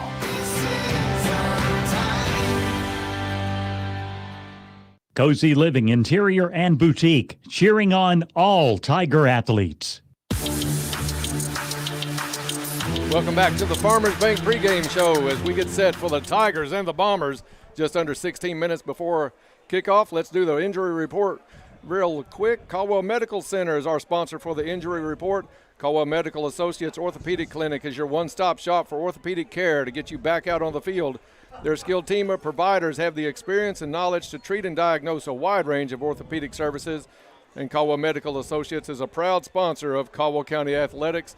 Bob, only one player out tonight. That, as far as we know, and that's Maurice Seals. We saw him in the homecoming ceremonies in street clothes, injured last week in Union County, and I didn't get a chance to ask Coach Barnes how long he might be out of action, but definitely will not play tonight. And as far as we know, everybody else is ready to go. All right, that's great news in itself that we're finally getting some players healthy. Time now for tonight's first Go Green Field report of the night, and for that we'll send it down for the first time tonight with Todd Griffin and Gary Goodacre. All right, guys, a busy night here at Tiger Stadium tonight. You guys have been talking about it. Just a whole lot going on. We've seen homecoming, and we've got Hall of Fame at halftime. Gary, it's just a lot of people here tonight and a big atmosphere and hopefully a big win tonight for the Tigers. It's a nice evening, got a good crowd, still people pouring in, and like you said, a lot of activity, but what we're concerned about now is the activity on the field. First district game, both teams hungry for a win, hungry for a district win, and the first 5 games are to figure out what you need to do. Let's hope the Tigers have taken what they've learned and going to apply it today to get us 1-0 in the district. Yeah, you can almost look at this as the start of a new season with district play tonight and take those first 5 games and throw them out the window. And, you know, if you can get out of here tonight 1-0, then you have something to build on. Well, when you mapped out the schedule, you consider Ballard as a beatable team, but right now they're a little bit better than they've been. Their numbers aren't that great, but I think they're going to give Caldwell a good test, but I believe our athleticism will probably overwhelm them in the long run. We've got a little more depth than they do, and we're probably more able to hit the big plays. Now, if we can limit their big plays, then I think we'll be able to keep the score down, and realistically, I think our defense is going to have to carry us. From a mental aspect, though, having one win out there is huge. And, you know, you might not think, well, you're still 1-5. But like I said, that gives you something to build on going forward. And, you know, there's some winnable games down toward the end of the season. You know, some big rival games with Murray and Trigg County. You got Fort Campbell coming up in a couple of weeks. And, of course, next week's the biggie down at Mayfield. But 1-0 in the district sounds so much better than 0-1. There's a lot to play for in this season. A lot of your goals for this team, for Caldwell, can be achieved. The question is, how are these players going to respond? Are they going to say, oh, it's over, we lost our first 5, and let's just pack it up and go to the next thing? Or are they going to look at each other in the eye and say, I'm playing for you. You came out here for me. We've been here since July. We're going to play for each other, and we're going to fight to the end. And the question becomes, a lot of it's not just going to be physical, it's going to be the mental. What are the distractions? Are people telling you you're good? Are people telling you you're not good? They're kids. How are they going to respond to something they may not have expected? Well, we're going to find out tonight. Looking ahead to halftime, we will have the Hall of Fame ceremony and 9 new members of the Caldwell County Football Hall of Fame. One of those is our buddy Chris George, and he's not with us tonight. He's slumming out in San Diego, Gary, but I think his mom's going to be here, and except for him, and a big honor for Chris to go into the Hall of Fame. As long as he's staying classy in San Diego, that's fine with me. But it'll be nice to see Miss Pat. And I've seen already a couple in the stands that's going to be in the Hall of Fame. I saw Billy Hooks. I saw Tez's mom. And it's going to be a nice night, and it's going to be a nice walk down memory lane. Hopefully Chris can get back next week and keep some tackles for us and help keep the stats. But right now, we're going to get the national anthem from the Caldwell County Band as the Caldwell County Tigers get set to take on the Ballard Memorial Bombers tonight here at Tiger Stadium.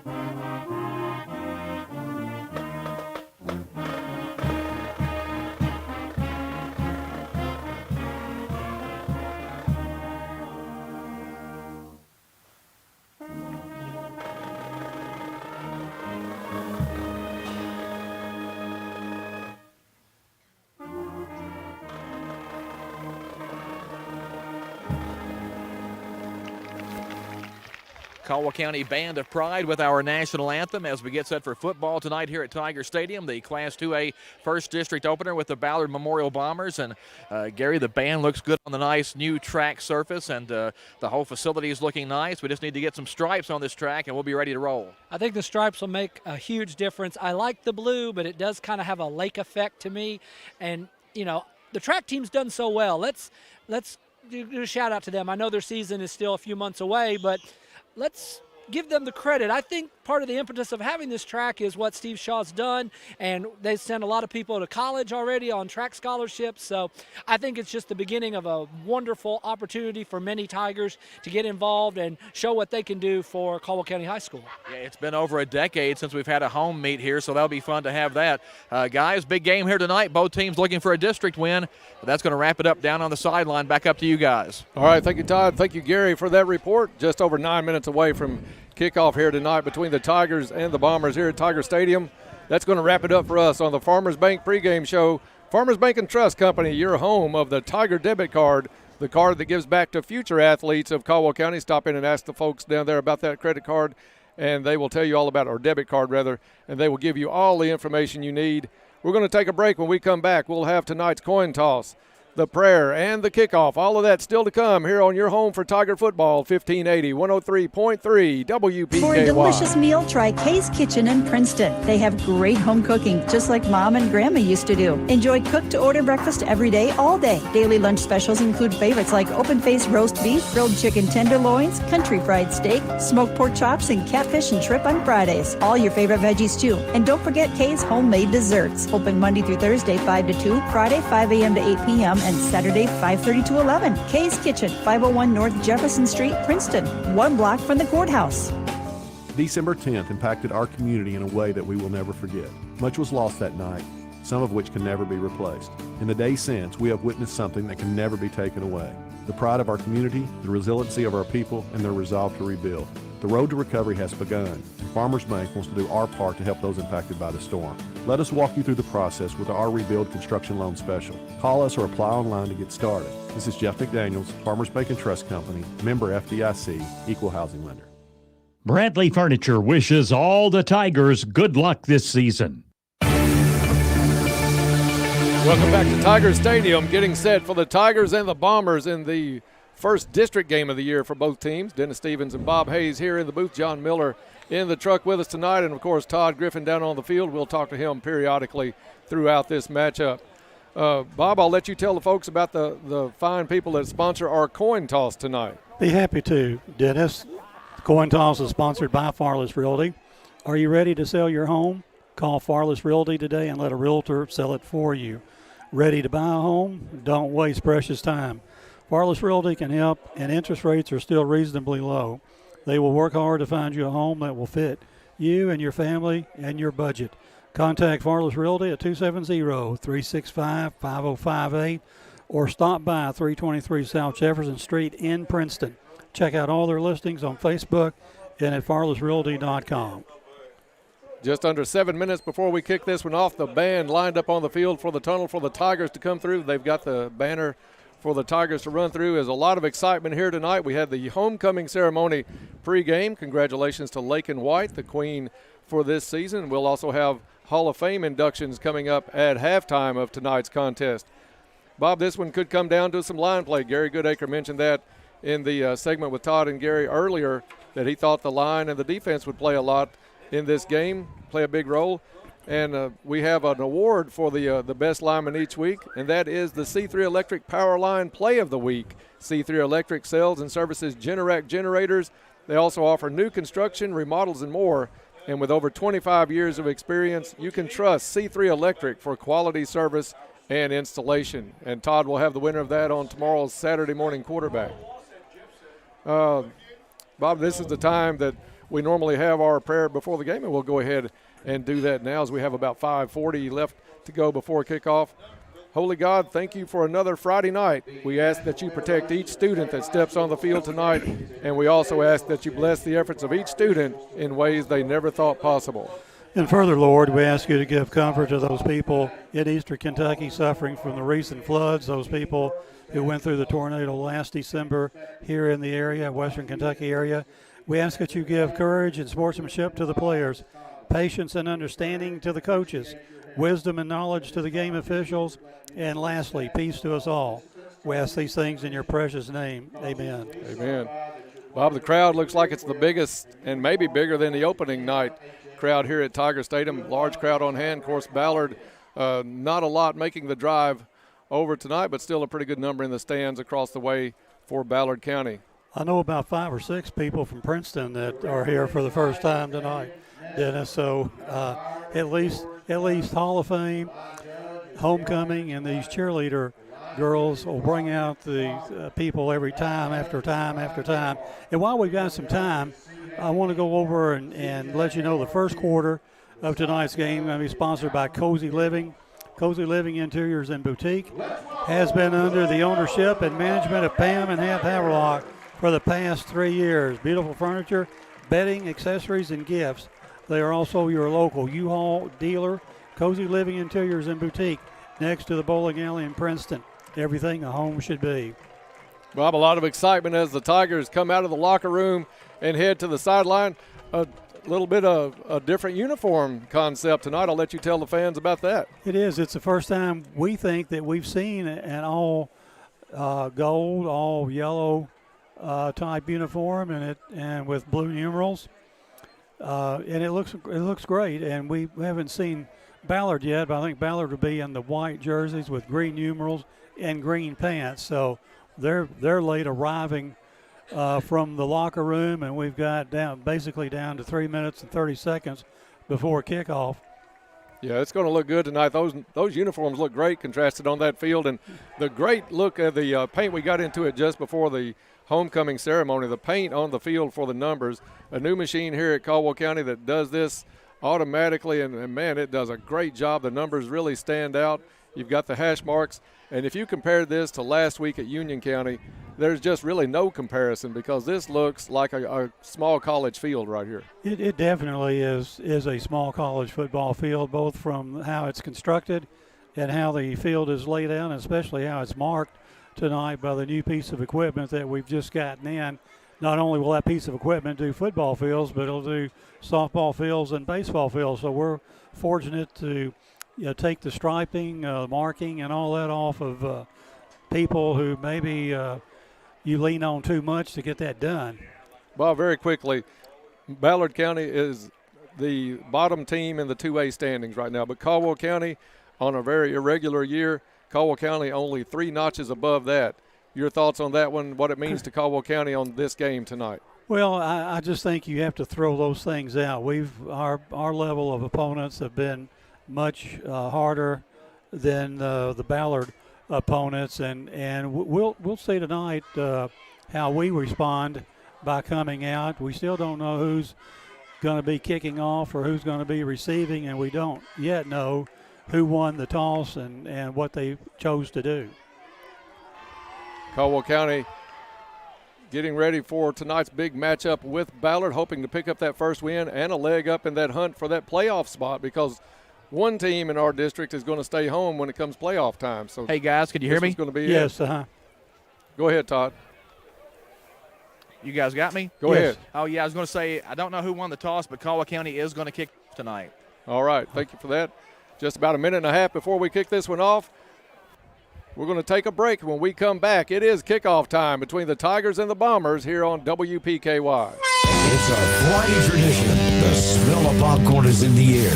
The WPKY sports crew is ready. Get on your feet, Tiger fans. It's kickoff time. Caldwell County Tiger football is on the air. Don't miss a moment of tonight's action. Listen live on the free WPKY app, worldwide at WPKYonline.com, and on the air at 1580 103.3 WPKY. Back to Tiger Stadium. Kickoff tonight is brought to you by Purcell Tire. Let's kick off this season with a vehicle checkup with Purcell Tire in Princeton. Keep your vehicle running great so you'll never be late for school, work, or the ball game with the help of Purcell Tire, Highway 62 West in Princeton, where they wish the Tigers the best of luck every Friday night. And Dennis, as always is the case here at home, we've got 7 officials working this game tonight, but we don't normally get that when we go on the road. Sometimes it's 5, sometimes it's 4, so you do a better job, I think, when you got more eyes looking at the action. Exactly right, and we enjoy having the extra official here, as always, at Caldwell County. As Todd said, Caldwell County will kick off to start this one. Ballard will have first possession. Caldwell County will kick it, and Ballard will be going from right to left here in the first quarter. Bob, these two teams have a lot on the line tonight. We'll see.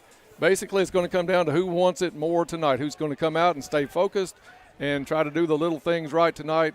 And one of these teams is really going to have a step up in the playoff race. I think we'll see early on, Dennis, how things are going to line out, shape up, and that I'm not sure. Again, we don't know whether we won the toss and deferred or what, but a good defensive effort right out of the gate is going to help us immeasurably. Familiar voice of Frankie Brown, the PA announcer here at Caldwell County, getting everybody on their feet and ready for this one. Caldwell County has it teed up at the 40-yard line. They'll kick it away to Ballard. Ball is in the air, and we are underway. Good kick to open it up, but whistles are going to blow this one dead. And apparently Caldwell County got a little bit of a jump across the 40 a hair early. We'll get the official call. But you got to assume that's all it could be. And you see Caldwell County picking it up and taking it back. Nice kickoff by Timothy Nichols that time. And you can see, that's another little sign I think that's positive, Dennis. We were anxious to get down there, not just laying back and wanting them to come to us. Nichols really looked good in the pregame warm-ups. He was hitting some field goals from a little over 40 yards out in the pregame. So Frankie Brown gets to do it again, like deja vu all over again, they say. This time from the 35-yard line. Nichols approaches. Low line drive kick's going to angle towards the sideline. Stays in bounds. It's hit by a Ballard player and goes out of bounds. At the 6-yard line. And that one was off of Mason Nichols, one of the upbacks for Ballard County. And they will spot it at the 6-yard line, 1st and 10 for Ballard. But they'll have the goal line not far from their backs as they take over here, going right to left here in the first quarter. Guys, I think the coaches on the sideline kind of called that kickoff right before the second kick. I think they were initially going to kick it down the middle, but they kind of changed the way they were going to kick off, and that worked out really good for the Tigers. Absolutely, pinning Ballard in the hole early. They will come out with Hunter Beelmer, number 4, at quarterback. Just a sophomore. 7 interceptions on the season, no touchdown passes. Quick hit as Beelmer comes out from under center, hits number 3, Jericho Wilson, and Wilson swarmed. Maybe a gain of about a half yard. Or maybe no gain, Dennis. Yeah, maybe let's give him one. 1 yard on the gain. 2nd down and 9 coming up for the Bombers. We got after him really quick, and he's one of their playmakers. This time Wilson is going to split out to the near side. One receiver to the far side. Beelmer again under center. They'll run a lot of eye. Deep back gets the pitch. Trying to get outside, but he's going to be nailed at about the 4-yard line for a loss on the play. Camden Wofford, one of the Tigers, in on the tackle. Also look like number 66, Connor King, in for Caldwell County as well. Good swarming defense early for Caldwell County. Ball is spotted at the 4-yard line. So it's 3rd down and 12 coming up for the Bombers. Again, a lot of I formation. This time they're going to put Beelmer out of the shotgun. Takes a snap at his goal line, wants to go down the field. Has a player open, but knocked away. Good defensive play by Caldwell County's Canyon Richardson at the last second. Double coverage, but Ballard had a player behind the Caldwell County defense. Ball just a hair underthrown and enough for Richardson to get a hand on it and knock it down, bringing up 4th down and 12 coming up for Ballard. Guys, we've got a penalty on the play that's going to be, I believe, a late hit on the Tigers. And they are marking that one off all the way out to the 19-yard line. Yeah, that's going to be roughing the quarterback. So roughing the passer against Caldwell County. When they had forced a 4th down, it's going to be 1st down now for Ballard with a little bit of breathing room away from that goal line at the 19-yard line. Beelmer back under center this time. Kind of an offset eye for Ballard. One receiver each way. Beelmer, play fake, throws it, almost intercepted off the fingertips of number 28. That's Gus Fox, and Gus Fox had nobody between him and the goal line if he brings that one in. Nobody at all. So the ball is again at the 19-yard line, 2nd and 10 coming up for the Bombers. You're listening to Tiger Football on WPKY Princeton. Beelmer this time out of the shotgun, 2 receivers lined up to his right. Beelmer drops back, gets good protection over the middle, tipped and incomplete. He had a couple of players. I think they got confused on the route a little, Bob. 2 players right at the 29-yard line. Ball was tipped all the way back to close to the 50 as Beelmer threw a bullet. And Dennis, one of the things that stands out to me right now is they're not obviously trying to establish a running attack. They think they can throw on us, and that's we've had 1 running play and 4 pass plays so far. Back under center. Beelmer has 2 receivers each side. Quick hit to the near side, and I think hearing footsteps was number 46. 46 is Keaton Overstreet, but Overstreet had looked like Landon Davis zeroing in. Almost little alligator arms on that reception attempt there. It's going to bring up 4th and 10 for Ballard. I think Xavier Bumpus is going to drop back for Caldwell County. He'll stand at the 50-yard line.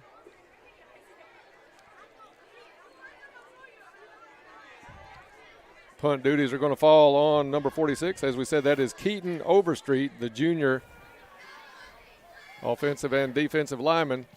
Gets the punt away, a good kick. This one's going to send Bumpus all the way back. Bounces at the 40, takes a Caldwell bounce, and dives down at the Tiger 42-yard line, where our offense will come out on the field and take over 1st and 10. Not quite 2 minutes gone here in the first quarter. No score. Caldwell County will come out for their first possession of the ball game. Sophomore Luke Parker at quarterback for the Tigers. And we'll see early on, Dennis, what we choose to do, whether we go after them on the run right away or. I kind of look for Coach Barnes to call something that's going to go way down the field early in this possession, if not in this first series. Parker to pass. Receiver screen to the far side. It's caught. Bumpus down the sideline. It's a foot race. Hit. Still on his feet at the 10. 5. Touchdown Tigers. No flag, so we've got our answer as to play covers 58 yards. Receiver screen. Parker to Bumpus. And are they bringing this one back? There's some talk amongst the officials. Yeah, we've got a flag on the field, guys. Illegal procedure on the Tigers. They must have been lined up wrong. So far, the MVP for Ballard has been the yellow hanky. They're enjoying Flag Day in Ballard County. Caldwell County with a touchdown on the first play of their drive, and it's going to come back. So they're going to mark it back to the 37, I would guess, if it's a 5-yard penalty. Yep, that's where it's going to go. But that play well blocked, Bob. Receiver screen set up over there. The other receiver over there, we didn't pick his number up, but a good block on that far sideline. Well blocked. Freed up Bumpus. Well blocked. And like you say, Dennis, I think we may see something wide right now against Ballard. 2 key penalties for the Tigers so far tonight. Parker has 2 backs in the backfield, 1 on each shoulder. Luke Maddox, one of the 2 receivers to this side. Parker complete at the 32-yard line. Lowering his head and getting up near the 40 is Cooper Mobley. Mobley with the ball spotted right at the 40-yard line. Good gain on first down. Second down, and looks like about 8 yards to go. Near side this time is Logan Chambliss. Chambliss, the only receiver on the near side. 2 receivers to the left of Parker. Parker fakes the handoff, comes to Chambliss, picks it up off a low pass at the 39, across the 40, 45, 50. Knocked out of bounds in Ballard territory. Logan Chambliss on the catch. Chambliss gets down to the Bomber 45-yard line. That is enough for a Lake Barkley CrossFit first down. You can never be too healthy, too strong, or in too good a health.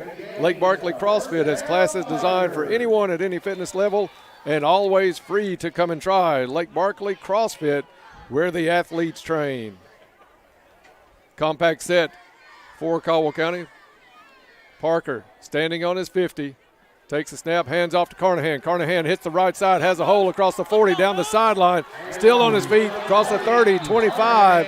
Out of bounds, shy of the 20. A wild flag could have been thrown on that play. Thrown down way out of bounds.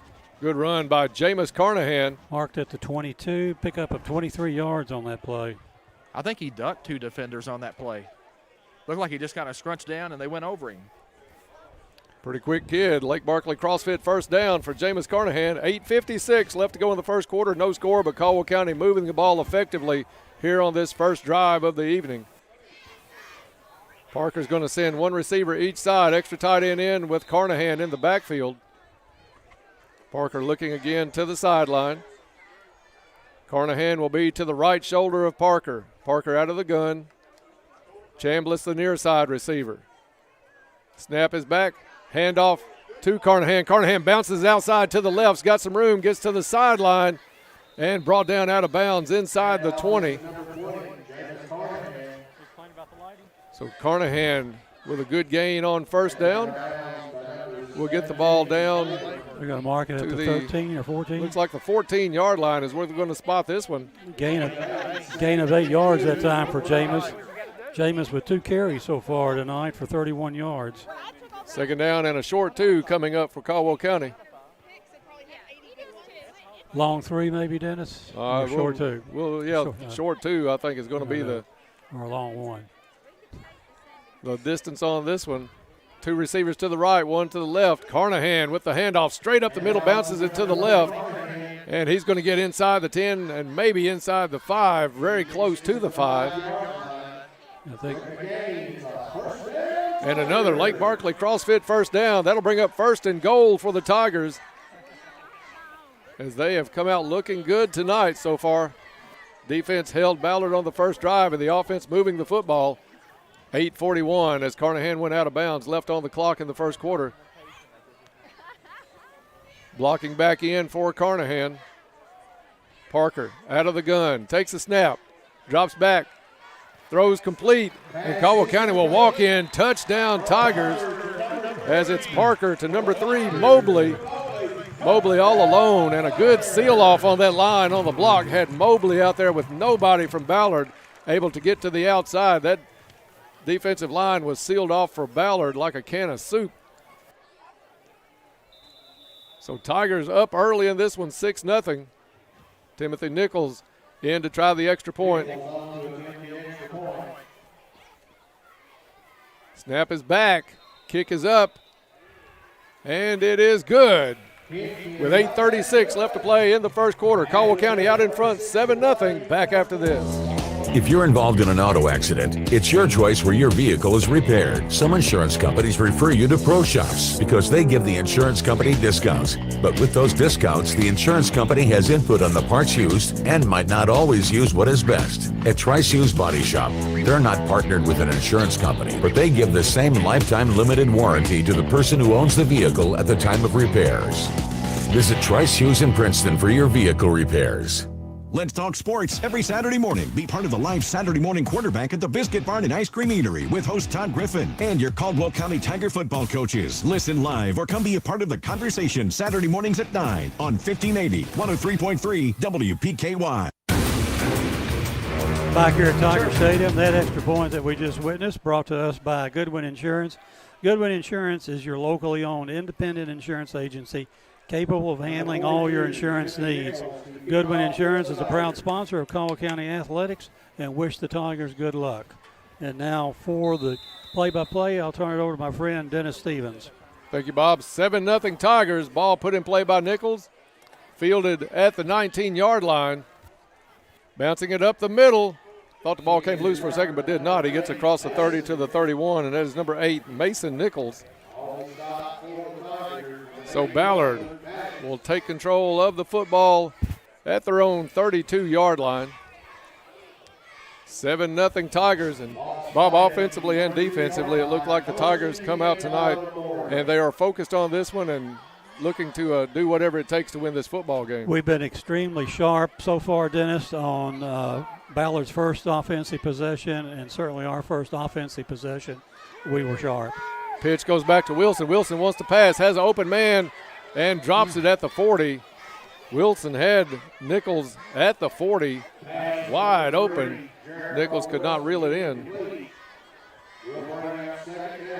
Jericho Wilson can do just about everything. He plays defense, leading rusher for Ballard, and had a pretty decent arm on that one. Ballard's dropped at least 2 catchable passes tonight, maybe even 3. Second down and 10 for the Bombers. Clock stops with 8:23 to go in the first quarter. Handoff to Nichols. Nichols hits the line and goes no farther than the line of scrimmage. Wofford in on the tackle. Also Connor King in on the tackle.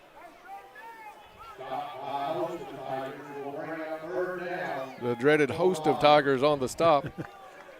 Third down and 10 coming up for Ballard. So far, Dennis, I have Ballard with a -3 yards rushing and only 1 yard passing so far.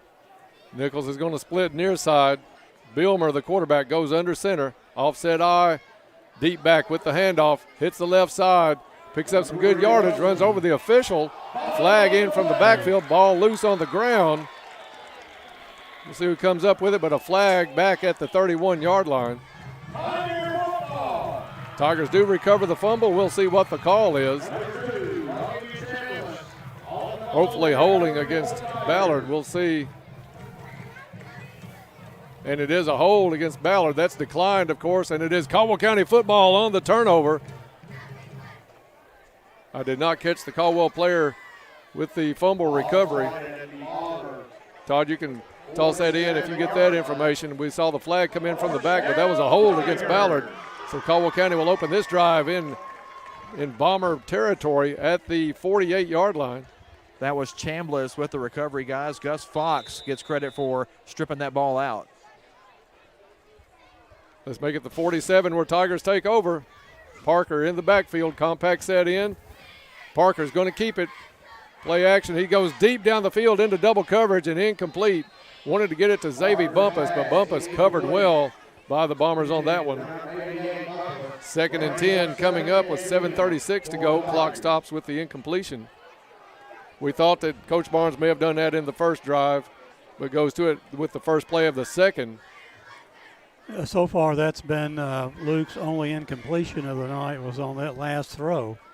So he's looking sharp. That ball just about where it needed to be. Similar formation. Carnahan behind Parker. Carnahan takes a snap, dodges one tackle at the 45, and dragged out of bounds at the 43-yard line. 3rd down and about 6 coming up for the Tigers. Ball spotted at the 43-yard line. 7.5 minutes to go here in the first quarter. Tigers up 7-0. Parker has Bumpus on the far sideline. Chambliss is the near side receiver. 2 extra blocking backs in front of Carnahan. Carnahan's going to switch back behind Parker. Parker, quick hit over to Bumpus. Bumpus turns up the field across the 40. Dodges a couple of tackles, still on his feet driving, gets it across the 30-yard line. Looked like a ball in a pinball machine on that one, Bob, bouncing off Bombers left and right and able to pick up a Lake Barkley CrossFit first down. And able to grab him. Xavier channeling his inner Wayne McGowan with all those spins. Might go into the quick cut of the game category tonight. Yeah, pickup of 14 yards on that pass play. Another Lake Barkley CrossFit first down for the Tigers. And we may have had a game this year where we didn't have this many first downs in the entire game. Having a great first quarter as this offense, moving the football, and, Bob, using a little bit of clock at the same time. And possession football is what we want to play. What the conversation on the sideline. The lead official talking with Coaches Barnes and Riley on the sideline. Now he'll go back to the middle of the field. Caldwell County will have it 1st and 10 with the ball on the Ballard 28-yard line. They wind the clock. 7:18 left to play in the first. Tigers up 7-0 and looking to tack on here. 2 receivers to the near side, 1 far side for Caldwell County going left to right. Parker, the handoff, and not much on that one. Maybe a yard pickup. It was Cooper Mobley on the carry. Bob, Coach Barnes talked in his interview with you about Mobley moving to get a few more snaps on the offensive side of the ball. All that's going to do is just help him, Dennis, as he picks up in his sophomore year. He gets bigger, stronger. He's a nice-looking specimen right now. So any action he can get running the football is to our advantage. Caldwell's going to spread it out a little bit. 2 receivers each way. Wolford and Chambliss on the near side. Parker gets set in the gun. Carnahan, of course, at his right shoulder.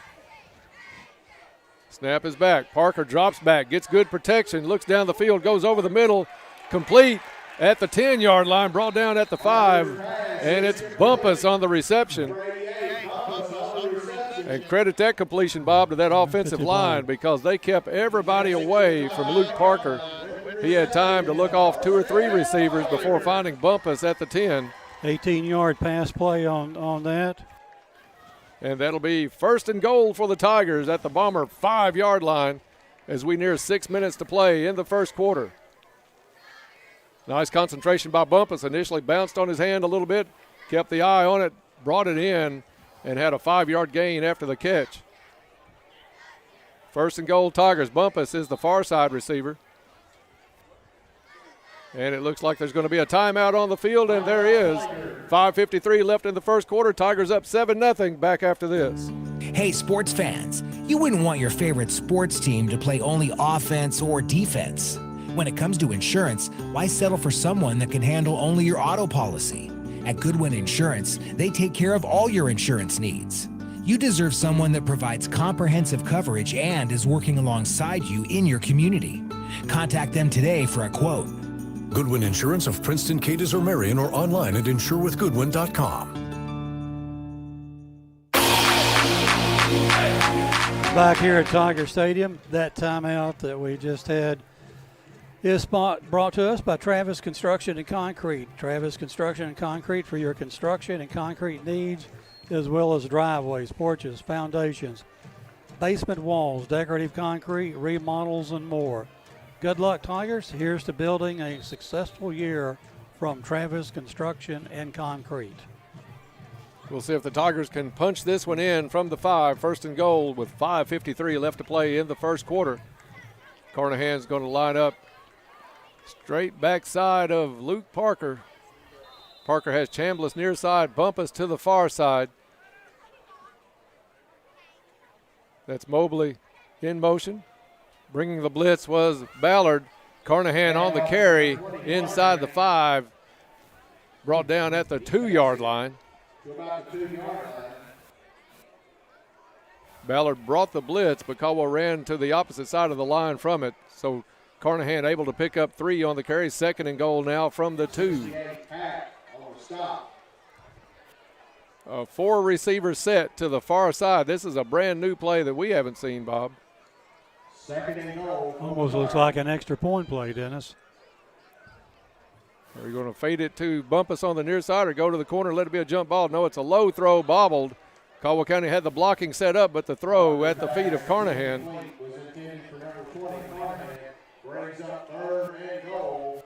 To the best of my knowledge, Bob, I have not seen that play with 4 receivers to the far side before. Obviously, Dennis, I think we're in 2-down territory down here. So. Oh, absolutely. The way our line has handled Ballard so far in this first quarter as we near the 5-minute mark. Carnahan deep in the backfield. Parker with the snap. Hand off to Carnahan. Hits the line, spins, pushes. He's in there. And he's in. We'll see the signal, and it is. Signal, touchdown, Tigers. Jameis Carnahan would not be denied. Hit at the line of scrimmage, took an extra step, spun a couple of times, and pushed the pile into the end zone. Caldwell County in front now 13-0. That score coming with 5:06 left to play in the first quarter. Nichols will be in for the extra point attempt. And these are ones we haven't had the sponsor on a lot this year, Bob. Goodwin Insurance extra point attempt coming up. Snap is down, plenty of distance, and right through the uprights. So with 5:06 left to play in the first quarter, it's the Tigers 14, the Bombers nothing. Back after this. You Ride in Princeton just might buy your vehicle. They are always looking for quality inventory. So if you would like to sell yours, talk to the nice folks at You Ride. Whether you're looking to buy or sell, You Ride is here. They are hometown proud and here to deliver the same great customer service they always have. Stop by or call for an appointment with one of their sales specialists. Call 270-365-3018. On-the-lot financing is available. You can even apply online at uridesales.com. You Ride on the Marion Road in Princeton. Hometown proud. The WPKY News Edge is committed to keep you informed. Each weekday, they'll email you the top news and sports story of the day for free. No subscription fee. To sign up, click on the news tab at WPKYonline.com to sign up today. Sign up and receive these information updates for free to your email inbox. To sign up, click on the news tab at WPKYonline.com. We're back here at Tiger Stadium. Caldwell County kicking off, and for the call, Dennis Stevens. Thank you, Bob. Going down the side. It's going to be picked up at the 23-yard line by Mason, and that's as far as he's going to go. They'll mark it at the Ballard 23-yard line. Let's take it down for a Go Green Field report with Todd Griffin. All right, got a volleyball score for everyone tonight. The Lady Tiger volleyball team playing in the Rec at the Plex over in Hopkinsville tonight. Caldwell County's girls with a win over Fort Campbell. The Lady Tiger volleyball team winning 25-14, 25-16. I think they'll play another game tonight and then a couple of times in the morning and maybe another match in the afternoon. So the Lady Tiger volleyball team will get to see a lot of action over in Hopkinsville tonight and tomorrow. All right, Todd, thank you for that update. Congratulations to the Lady Tiger volleyball team on their first win of the weekend. Here it's 14-0. Caldwell County with the lead. Bilmer with the handoff. Nothing. Maybe a yard on the play is about it. The line for Caldwell County, both sides playing really well so far tonight. I see number 54 out there. That's Miguel Pena at the nose guard. So who are some of the other numbers, Dennis, that you can pick up? Let's see, Bob. It looks like, of course, 66. I think we have mentioned Connor King a couple of times tonight. And looks like number 10 maybe. Is that Jack Roach? Jack plays quite a bit on the defensive line, yes. Snap back. Bilmer out of the gun. Goes over the middle. Incomplete. Again, off the hands of number 46, Keaton Overstreet. Another drop pass. He's hit the receivers in pretty good spots, Bob. A couple of them would have been pretty good catches, but I think they really hear that defense of Caldwell County swarming. And they're more preparing for a hit than they are bringing the ball into the numbers. So it is 3rd down and long coming up for Ballard. 4:20 left to go in the first quarter. Bilmer drops back, has good protection, fits it in this time, complete, and across the 30-yard line. That is number 46, Keaton Overstreet, with the completion. That was a tough pass. He threaded that between two defenders of Caldwell County. That was the hardest catch they've had to make all night. Interesting call here, 4th and 1 for Ballard. It looks like they're going to keep Bilmer into the game. You almost expect them to go to the air. Straight I formation this time with Bilmer under center. One receiver each way. Handoff to the up back, and it's going to be close. I think he got it. I'm like you, Bob. I think he got it. They're going to mark it at the 39-yard line, or excuse me, the 34-yard line. I think the far side official is signaling, but there is a flag in the backfield. I believe this is a personal foul on Ballard. Little slap after the play. Flag is lying at the 29-yard line. Some applause by the Tiger players on the field, so apparently will go against Ballard. Personal foul against the Bombers. Player has been ejected. Well, it wasn't much of a little swing. It was a little slap across the face mask, but, you know, you can technically say that's and number 2, attacking somebody, so he's out of the game. Said Hunter Collins, if that's who it was on, is number 2. I saw him go off the field, take his helmet off. Yeah, he has been ejected.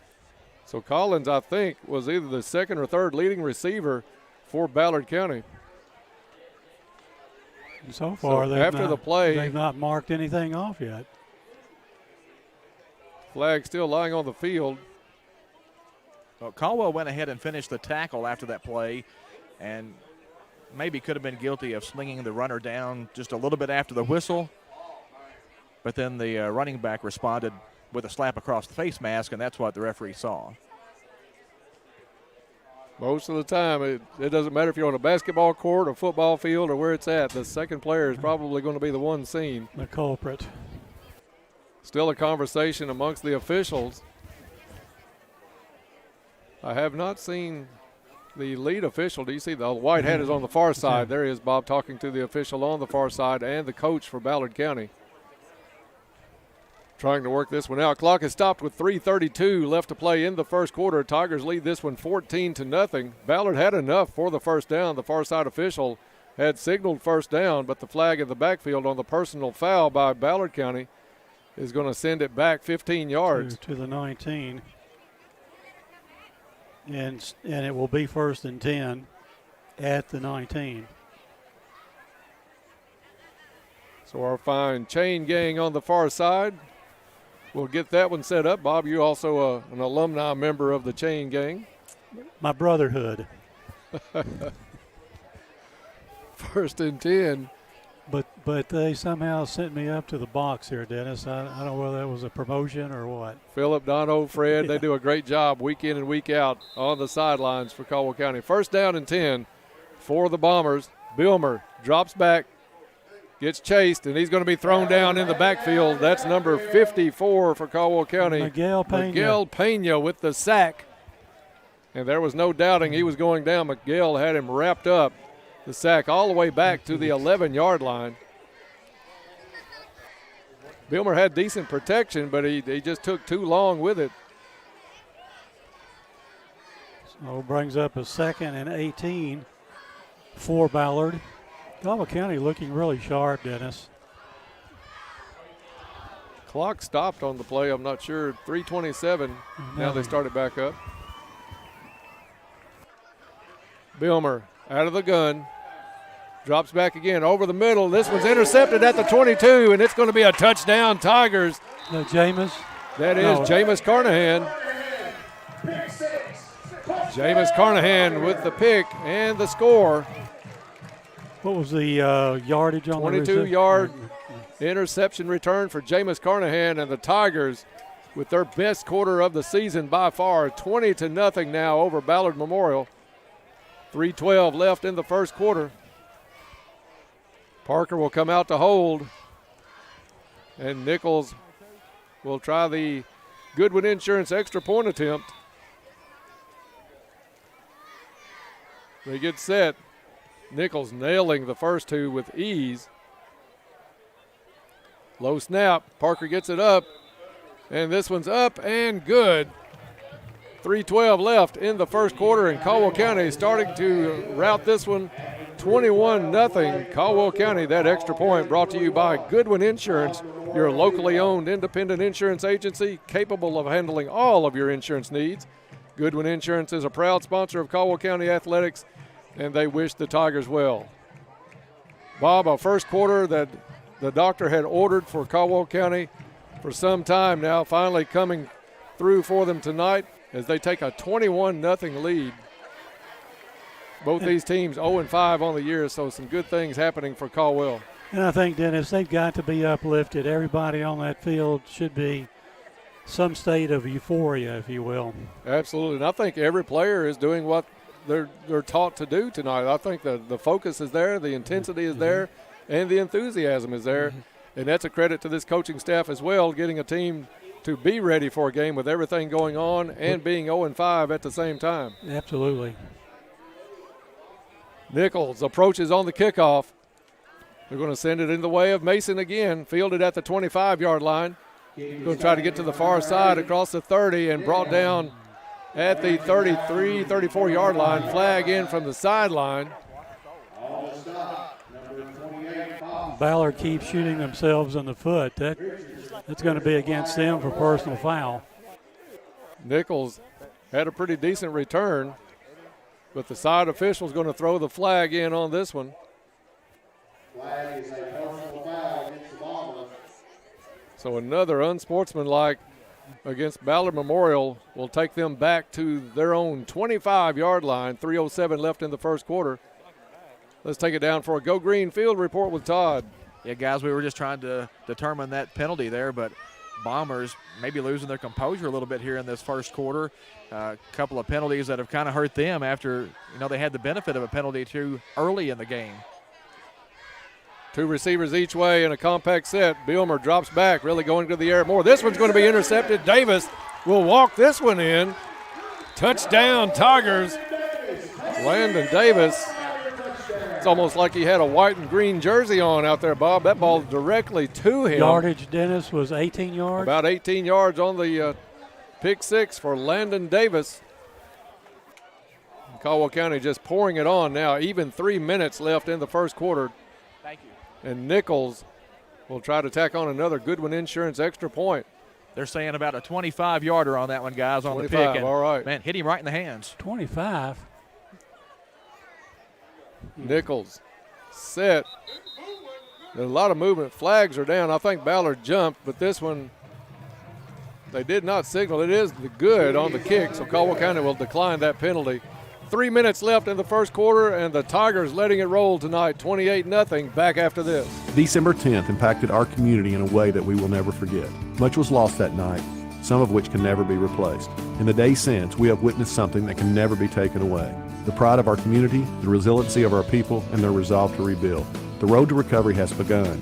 Farmers Bank wants to do our part to help those impacted by the storm. Let us walk you through the process with our Rebuild Construction Loan Special. Call us or apply online to get started. This is Jeff McDaniels, Farmers Bank and Trust Company, member FDIC, equal housing lender. And we're back here at Tiger Stadium.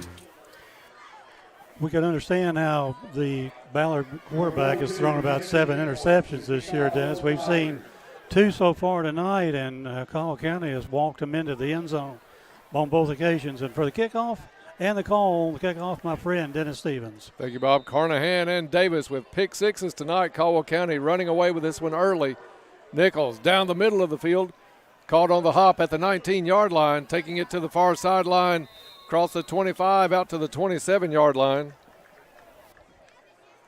It looked like, Bob, do you have their roster, number 28? Number 28 is Aiden Normand. I don't have it. 28 is Aiden Normand. So the Bombers will take over at their own 27-yard line. It's kind of a danged if you do, danged if you don't for Ballard at this point. You know, Bilmer is going to have to throw the football some. Caldwell County is not giving up anything on the run, but his throws are coming up way short. Trap! Attaboy, Connor! And it's a gain or loss of about 1 on the play, back to the 26. Connor King sniffed that one out and wrapped up the back for Ballard. Connor King having a heck of a night early, Bob. So far, I've got Ballard with 7 yards rushing, 9 yards passing. Total offense so far for them of 16 yards. A team that came in averaging almost 290 yards on the season. Bilmer in the backfield, out of the gun. Caldwell County with some pressure, flushes him out to the far side, complete at the 33-yard line. And up close to a first down as they get across the 35. Mark at the 36. I think they got that close, to Jericho yeah. Wilson. It's going to be a little short. I thought they were going to mark him a little bit farther than that. Ball spotted at the 36-yard line. So it'll be second down and about 3 for the Bombers. Still 2:10 left in the first quarter, 28-0. Caldwell County with the lead. Wilson's going to split out here to the near side, the only receiver. Offset eye is how Ballard came out to set it up. Now whistles are going to stop play for just a second. We'll see what the confusion is. A little bit of frustration on behalf of Ballard early in this one. Some personal foul penalties. They have had one player already ejected. Bilmer's going to go under center, backing up Wilson on the far side here. Bilmer with some time. Now it's going to be Carnahan chasing. Wilmer throws and incomplete by Bilmer, looking for number 8, Mason Nichols. So fourth down and 2 coming up for Ballard, but in their own territory at the 36-yard line. Bobby, you have to go for it. Even though it's the first quarter, you're already down 28-0. I think to me, I've got it third down. Yeah. Oh, they are penalty third on that play. Right. Yeah, and they've switched it on the far side now. Yeah, once the ball crossed the line of scrimmage on the pass, there was at least one person downfield too quick. So Ballard will back it up inside their own 30 to the 29. Long first quarter here on homecoming and Hall of Fame night. 2:02 still to be played here in the first quarter. Caldwell County could help that out with a couple more scores and a running clock situation. Two receivers each way. Bilmer takes a snap, drops back, flushed out again, is going to keep it, turns it up the field, and he's going to be hit, and now we'll have a fourth down. Bilmer, though, able to get it out to the 35-yard line. Fourth and about 2 coming up for the Bombers, as we near a minute and a half to play in the first quarter. Bumpus is going to go back, and it looks like Ballard is going to punt. Xavier Bumpus drops back for the Tigers. He'll stand at his own 35-yard line. Ballard lines up. This kid had a leg on the first time. This time it's going to be picked up by Bumpus at the 24-yard line. Back up the field, slips, and hit at the 37. So Caldwell County will take possession with 1:08 left here in the first quarter. 28-0 Tigers. No disrespect to Ballard, guys, but it's kind of fun from a Tiger standpoint to see that 28 on the scoreboard. Absolutely. It's more than a little fun. You're absolutely right, Todd. It's something we've wanted to see all season. It's been a long one for these Tigers, and I'm sure they are rejoicing in every minute of it on that sideline. I kind of got spoiled on seeing all those yards and points going up on the board. Yeah, a lot of those over the years, and this is more reminiscent of a Caldwell County team in this performance tonight. At the 30 is Luke Parker. Takes a snap. He wants to go long down the sideline, looking for Chambliss, and got him complete at the 32-yard line of Ballard. Logan Chambliss. Parker dropped that one right over his left shoulder, and Chambliss with a good sliding catch comes down with it at the Bomber 32-yard line. 38-yard pass completion on that play. On that, a nice throw, nice catch by Logan Chambliss. Yeah, Chambliss might be in for the catch of the night with that one. Concentration was great. He was pretty decently covered, but Parker put it where only Chambliss could catch it, and it's a big Lake Barkley CrossFit first down for Caldwell County. Carnahan in the backfield, takes the handoff straight up the middle, wants to pop it to the left, across the 20, stutter steps across the 15, and down near the 10-yard line. Jameis Carnahan having a big first quarter for the Tigers as well. We'll see if Caldwell County even tries to get a playoff here. You got it marked, Dennis, at the 11 or 10? Let's call it the 12, Bob, looking at the side official. And they wind the clock. Looks like the ball's sitting on the 10, though. No, that's the foot, I guess. Yeah, that's his cleats. Yeah. So Caldwell County looking to the sideline. Parker near the sideline. I don't think they're going to try to run a play here with 24 seconds on both the scoreboard clock and the play clock. Caldwell County, I think, was going to be very content to go into the change of quarters with a 28-0 lead. Absolutely. And it looks like that's going to be the case. After one quarter of play, it's the Tigers 28, the Bombers nothing. Back after this on WPKY. Fortner Gas Company has been serving the propane needs of Western Kentucky for 70 years. You'll find offices in Princeton and Cadiz. They're your local and family-owned propane supplier. Browse their website to discover the many services and products available. You can shop in person or online, and they can answer any and all questions in person or on the phone. If they're already your propane supplier, they say thank you. If they're not, they would love to be. Fortner Gas Company, a family tradition of service since 1951. For 71 years, WPKY has been your proven source for information, news, and sports. As we continue our legacy, join us weekdays at 6:30, 7:30, noon, and 5. Plus, 24/7 when you need it at WPKYonline.com and worldwide on the free WPKY app. The complete coverage you deserve from a proven partner. No fees, the way it should be. We are 1580, 103.3 WPKY. And back here at Tiger Stadium, Dennis, I'm watching the little girls down here on the track with the cheerleaders, and they're having a ton of fun, it looks like. Absolutely. Had a big cheerleader clinic go on this past week here at Caldwell County, and they're getting to show off what they learned down on the new track. Your granddaughter, one of the several she's down there that participated. She's one of the 50 down there, it looks like. First and goal for the Tigers from the 9-yard line. Oh, excuse me, they've marked it back to the 12. To 12, yeah. I keep looking at this side official, and he's been out of position a couple of times. He's back now. And they've still got the music playing for the cheerleaders. You got to give them their due. Oh, absolutely. They put in a lot of hard work tonight, doing a great job down. And if you haven't checked out the new track, it looks great here at Tiger Stadium as well. Big ovation. By far the biggest crowd of the season here on homecoming night. Caldwell County from the 12. Little shovel pass to Bumpus. Bumpus trying to get outside on the right side. Tripped up at the 10. He's going to fall at about the 9-yard line. I think Bumpus a little indecision whether he wanted to go all the way to the far side and try to get around or just turn it up. Had one player that was able to trip him up at the 9-yard line, so it'll be second down and about 7 coming up for the Tigers, leading this one 28-0. And Bob, people say baseball is slow. That first quarter took 46 minutes. Incomplete passes will obviously slow down a football game. Bunch of penalties on Ballard. 2 backs in the backfield with Parker. 2 receivers to the left, 1 to the right. Hand off to Carnahan. Carnahan hit in the backfield for a loss.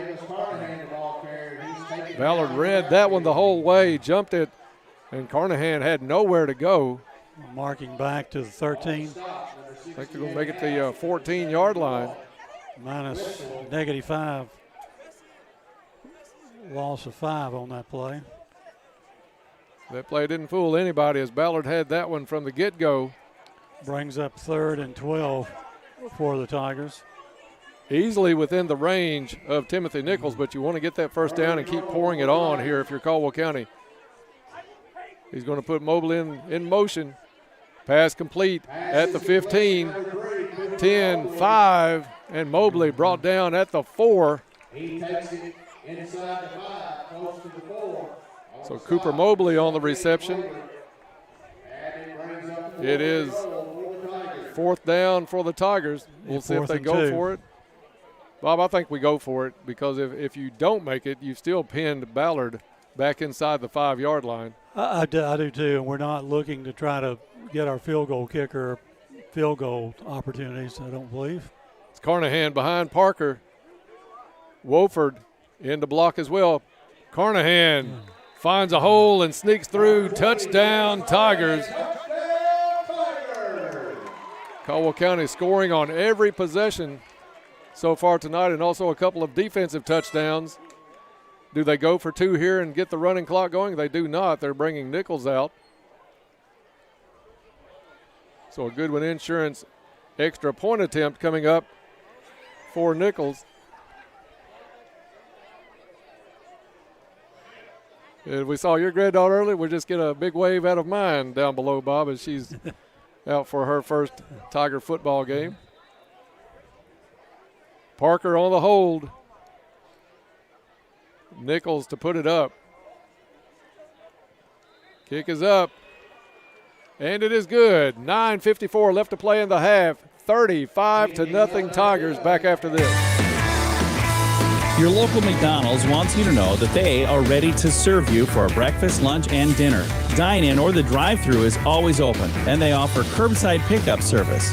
To avoid the wait in the drive-thru, you can download the McDonald's app and try curbside pickup.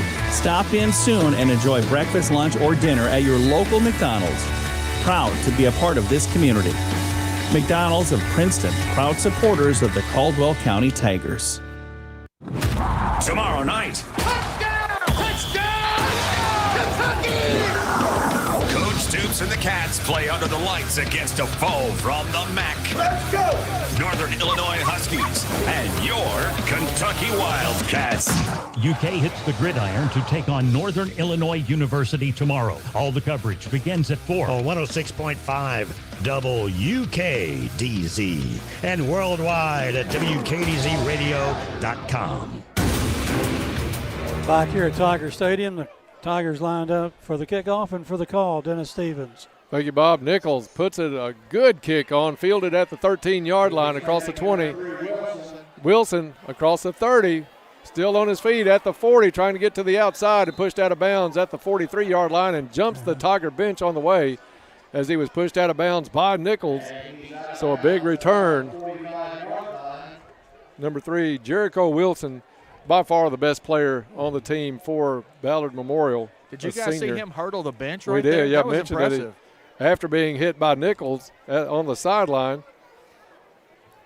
Put probably the best landing so far of any jumper on the track, new track here at Tiger Stadium. Ball spotted at the 45-yard line.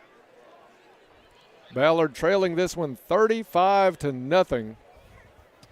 Bob, honestly, I thought Caldwell would win and win convincingly. I'm not sure that I thought they'd be throwing a 35-0 shutout at this point of the third or the second quarter. Well, you know, you didn't know really how to react, but I just felt like we were a much better football team, Dennis, and we came out smoking, and obviously we see it's paid off for us. Incomplete pass on the first attempt by Bilmer will bring up 2nd and 10 for the Bombers. Appreciate the text coming in tonight. Everybody enjoying listening. We're going to have this one on YouTube right after this one's over. Our guy John Miller will upload this one, and you can check out this hot start by the Tigers. Bilmer is going to go under center out of the eye. We expected more of this formation during the game, but really a late draw and back to the line of scrimmage. Looks like number 8, Nichols. Caldwell County had that one read well. It'll be 3rd and 10 for the Bombers. Yeah, Caldwell had seen that little delayed handoff a couple of times on film, so I think they were waiting on that one. We just got the impression from your interview tonight, Bob, with Coach Barnes, that this team was really focused, because there's a lot of distractions that could have come out tonight, but I think they really knew they could get this win, and they've come out and played well in all areas of the game. I think they've shrugged everything off, Dennis, and they're playing well. Bilmer wants to go deep. This one caught. I think it was in bounds, and it is complete to number 25. Bob, if you have that number, it's at the 29-yard line of Caldwell County. 25 is Wesley Collins or John Collins. There are two of them. So the Bombers, with Bilmer's biggest completion of the night, all the way down to the Tiger 29-yard line. One of the few first downs for Ballard Memorial tonight. 8:52 left in the first half. Stay tuned for the Little Caesars halftime report with Todd Griffin coming up in between this, and also the Hall of Fame induction ceremonies as well with Frankie Brown. Bilmer under center. Quick hit over the middle is complete at the 20, 15, 10, and inside the 10-yard line goes number 46. Little jawing going on as well. 46, Keaton Overstreet. He's been a favorite target, I think, of Bilmer most of the night, but has had a little trouble holding on to several passes. That one he caught and took a couple of good hits. Ball down to the 9, and Ballard has 1st and goal with 8.5 minutes to play in the first half. I formation. Bilmer under center. Wants to go over the middle. He gets some pressure. Now he's flushed out of the pocket, goes left, just running for his life at this point. Picks up a yard on the far sideline. Landon Davis with a good chase. He may have lost a yard on that, Dennis. They're actually going to tell him he lost. Yeah. I thought he really cut down to about the 8, but they're going to mark him back all the way to the 10. 2nd and goal for the Bombers from the Tiger 10-yard line. Hunter Bilmer at quarterback, the sophomore. Offset eye. Bilmer rolls, throws the pass low. That was under pressure. We'll try to check out the Tiger that was on that one. Comes up well short. Trying to get that number of the one giving chase for Caldwell County, Bob. Was that number 28? I think that was Fox giving chase on that one. Yeah, it could have been Gus. Bilmer running backwards, trying to throw forwards, and comes up about 2 yards short on the pass. 3rd and goal now for the Bombers with 8:15 left to play. Clock stopped after the incompletion. Offset eye behind Bilmer under the center. Bilmer rolls right again, wants to go back to the well. This time complete at the 12 and tackle at the 10. No gain on the Cooper play. Mobley on the tackle. 4th and goal for the Bombers. From the 10-yard line for the Bombers. Caldwell County really looking good. This is by far the best drive of Ballard so far tonight.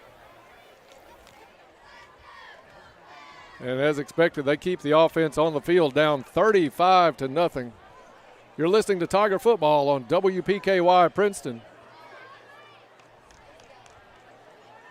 Bielmer has number 26 in the backfield this time. Intercepted at the 5-yard line on a deflection across the 30.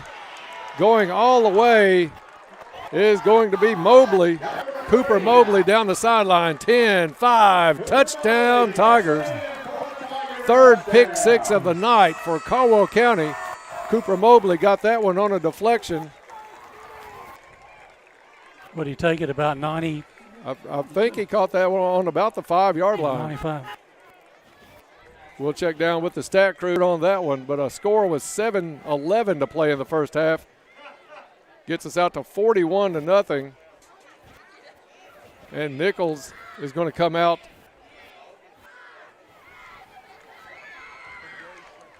Try the extra point attempt.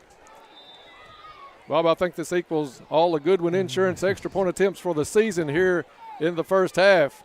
Nichols approaches. Kick is up. Plenty of distance. Good. 7-11 left in the first half. 42-0. Tigers in the rout.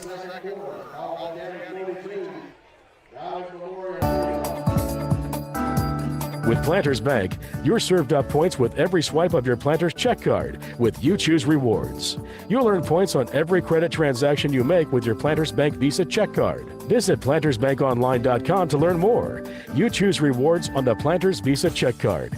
Reason number 15, that Planters is the bank where you can expect great things. Member FDIC.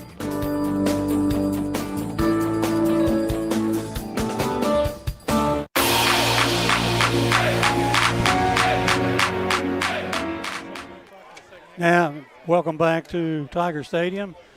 We will see the running clock after we have the kickoff here. Caldwell County lined up to do the kicking off. Ballard, having been bombed, so to far here tonight. You had that one prepared in the car on the way to the game, didn't you, Bob? Well, I brought that out of the archives, Dennis. I like it. It's going to be Sutton Ritchie on the kickoff for Caldwell County.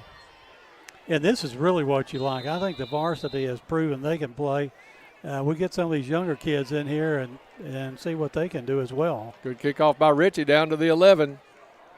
It's Wilson trying to get outside and brought down on a good tackle. I think that was Carnahan on the tackle for Caldwell County. As Bob said, running clock going on here at Tiger Stadium.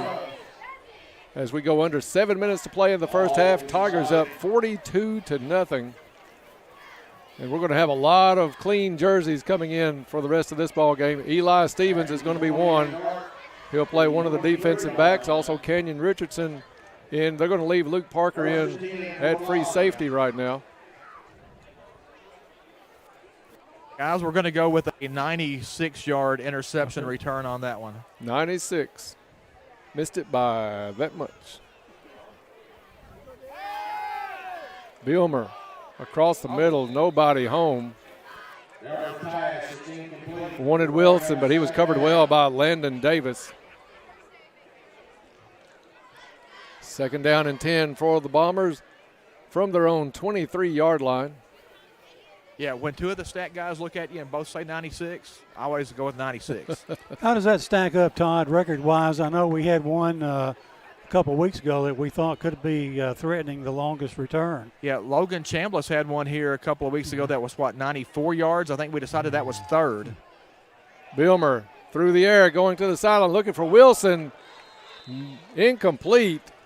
Wilson made a jump forward. Also, Caldwell County's defensive back, number 6, Xavier Lee, number 9, Kenyon Richardson. Richardson getting up a little slowly. The two players kind of collided in midair. I think they got their arms hooked up anyway, slung them around. I'm trying to decide if I've seen 3 interception returns for touchdowns in a game before for the Tigers. I don't think it's happened in the 8 years that, or 8th season we've had it, Bob. Absolutely Huge night not. defensively for the Tigers. Wilson in motion.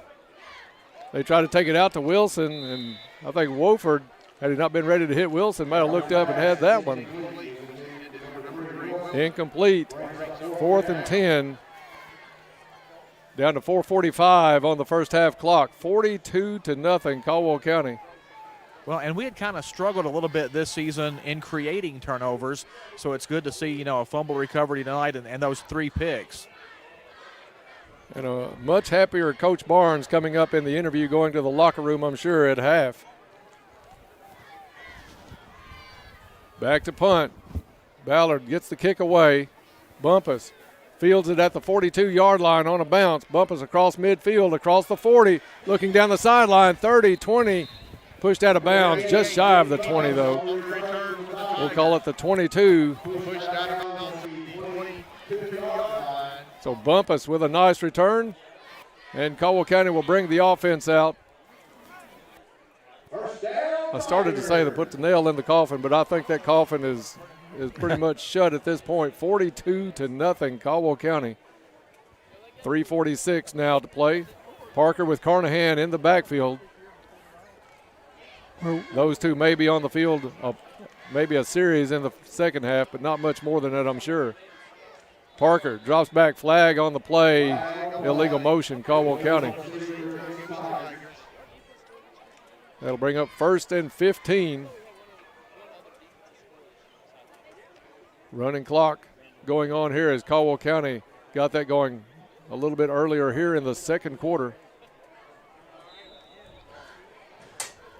3:10 now left in the first half. Caldwell County 1st and 15.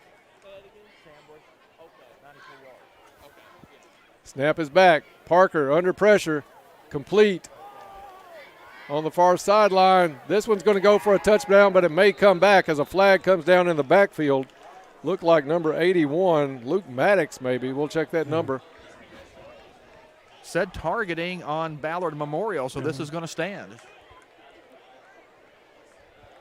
That's got to be at least the 4th personal foul penalty to go against Ballard. Todd, if you would, I think that was Maddox, if you could confirm that for me. But another touchdown pass. I think that was Luke Maddox, yes. For Luke Parker tonight. I thought they had to enforce a personal foul. They said declined. They might do it on the kickoff, Todd. Sutton Ritchie with the extra point attempt. Goodwin Insurance extra point is good. Yeah, I would think you would get that somewhere, but the referee said declined. We're going to keep it right here, John, 49-0, as we do have a running clock. So I'd hate to miss out on any of the action here. Caldwell County just pouring it on and playing well in every facet. The kicking game has been perfect tonight so far. The offense has ran the ball well. Parker's had time to throw the football. And the defense, what can you say? 3 pick sixes and very little offense for Ballard Memorial coming up to halftime. We'll have all of those stats on the Little Caesars halftime report coming your way in just a couple of minutes. Hope you'll stay tuned for that. Also, the halftime moment in history. And tonight may become one of those, Bob, because I don't remember 3 pick sixes in the same game. I'm sure that crew will take care of the research tonight back at the station. Especially all of them being taken back to the end zone. Kickoff is going to bounce at the 14-yard line, picked up at the 10. Wilson trying to find somewhere to go. Caldwell County with the swarm at the 25, and they're going to drag him down around the 30-yard line. A couple of players doing some pushing and shoving in the back. Look like Fox getting tangled up with number 25. Camden Wolford with the tackle for Caldwell County. Spot's going to be at the 31-yard line as we are finally under a minute to play here in the first half. An extra long first quarter of 46 minutes, but this one much quicker with the running clock. This is Ballard Memorial's 8th drive of the evening, Dennis, and 3 of those drives came back the other way pretty quickly. It's going to be Bilmer going under center with the offset eye behind him. Caldwell County showing some pressure on the end. Pitch out is going to come to the near side, and Caldwell County shuts the door on that one. No gain on the play. Nichols was the ball carrier, and on the tackle was Cooper Mobley and Wolford. Also Carnahan in with them, and that's going to be the last play of the first half. We're going to go to the locker room, and Caldwell County looking great in every area tonight, 49-0. We'll wait for Todd to catch up with a much happier, I'm sure, Coach Barnes down on the sideline for this Go Green report. All right, Dennis, thanks. We're down here with Coach Barnes, and Coach, a lot to be happy about in the first half. A lot of things went right tonight. Yeah, it's a pretty good Ballard team that, that usually they've come up here the last few years and really struggled, but watching them on film, they've done a good job with their program, and they're getting a lot better. So I knew we would have to come out and play a little bit and be ready to go because they would have a lot of energy, and we did that, especially early on. Even, you can see them moving the ball just a little bit, but we made a play down in the red zone. We had a little mental lapse there to give up some plays in the passing game. So pretty good effort, and, really happy with our guys. The defense with 3 picks returned for touchdowns tonight. I can't remember the last time that happened.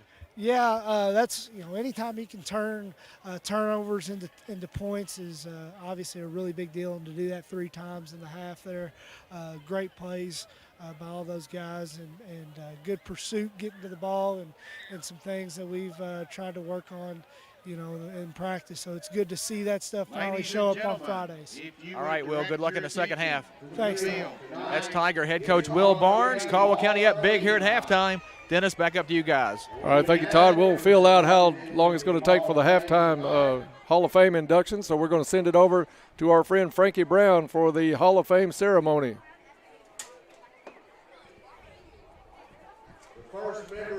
Inducted tonight, Will Brown.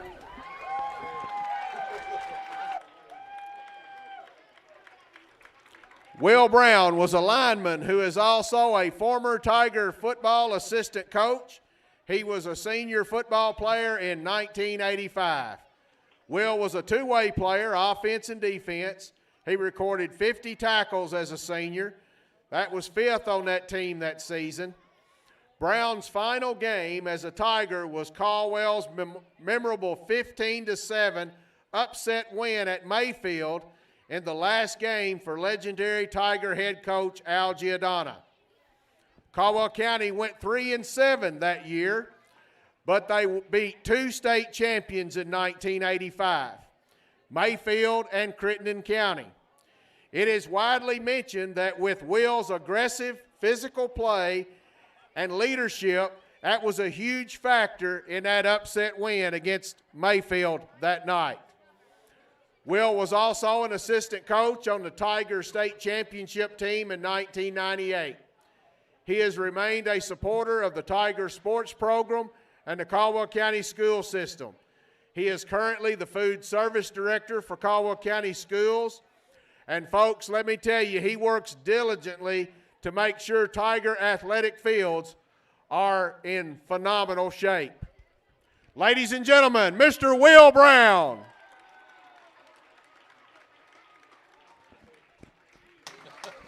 Our second inductee, Mr. Brian Davis.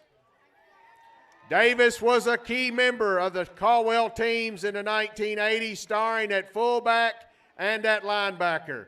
He was a senior on the 1988 team. He scored the only points of the game in the Tigers' 6-0 win at Trigg County that season. He scored on a 5-yard run in the third quarter and also made 13 tackles that night in a game that was played during a steady, sometimes hard rain. Davis led the Tigers in tackles as a senior, recording 86 stops that season. His 24 solo tackles were also tops on the team in 1988. Ladies and gentlemen, Mr. Brian Davis.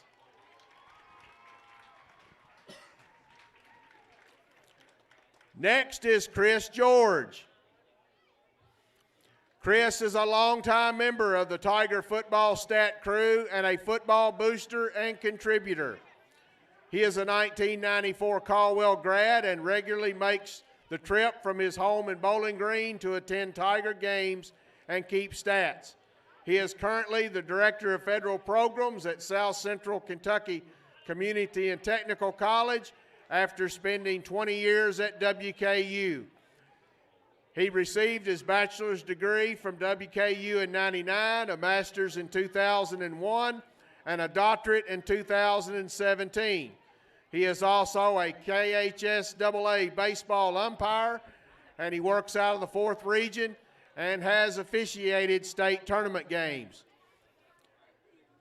He is out of town tonight, and his mother, Miss Pat George, is receiving it. So, ladies and gentlemen, let's hear this for Mr. Chris George. Next is Billy Hooks. Billy was a starting center and nose guard on the Tigers' 1998 team, which won the state championship against Danville for the 2A state championship. He was a senior on that squad. He was a key component in the Tigers' pro set offense and excelled on the defensive side of the football despite being undersized.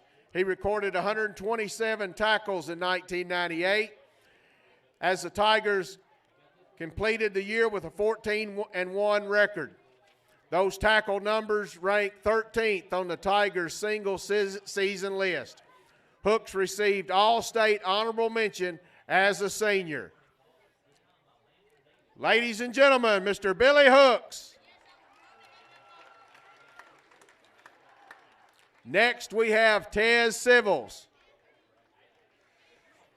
Civils holds almost every Caldwell County receiving record. That includes most career receptions with 203 and most career receiving yards with 3,203. His 33 touchdown catches is also a record.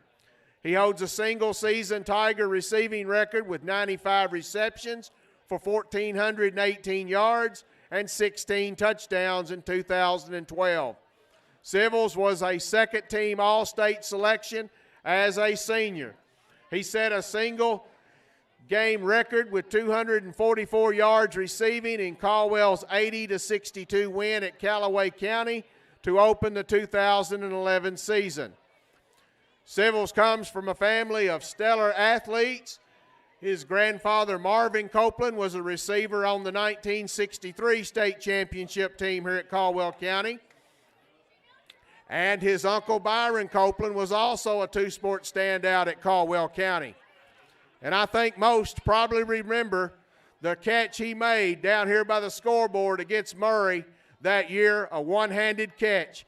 Ladies and gentlemen, Mr. Tez Civils. Next is Mr. Brock Thomas. Brock was a standout lineman for the Tiger teams of the 1980. He was a senior on the 89 team, which finished 7-4. He was second on the team with 80 tackles that season.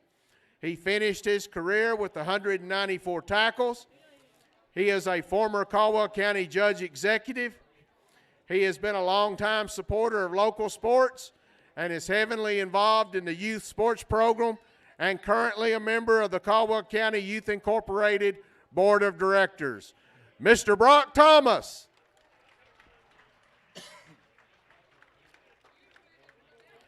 Next is Mr. Matt Tittle. Matt owned many of the Caldwell County receiving records when he graduated. He was a senior in 2007 squad. He had 1,184 yards receiving for his career.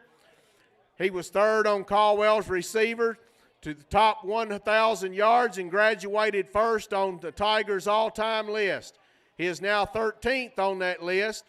Tittle is 16th at Caldwell in career receptions with 80. His single season total of 46 receptions in 2006 is 16th on that list. His 789 yards that season is 11th. Mr. Matt Tittle. Mr. Andrew Webster. Webster was an All-State honorable mention defensive lineman in his senior season in 2006. He helped the Tigers put together a strong 10-2 record that year.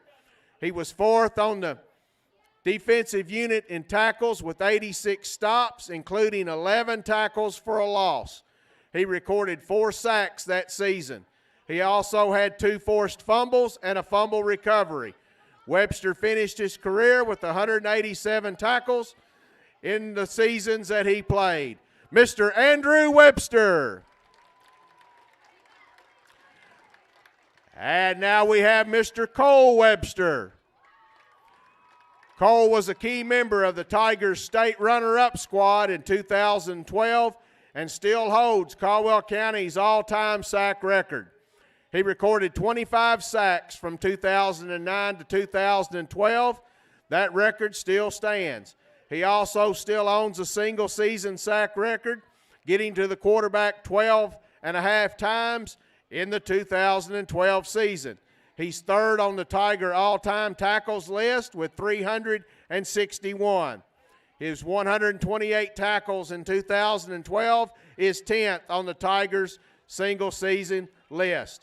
The Webster and the Tigers went 11-4 in 2012, reaching the Class 2A state championship game before they fell to Newport Central Catholic 30-26. Ladies and gentlemen, Mr. Cole Webster.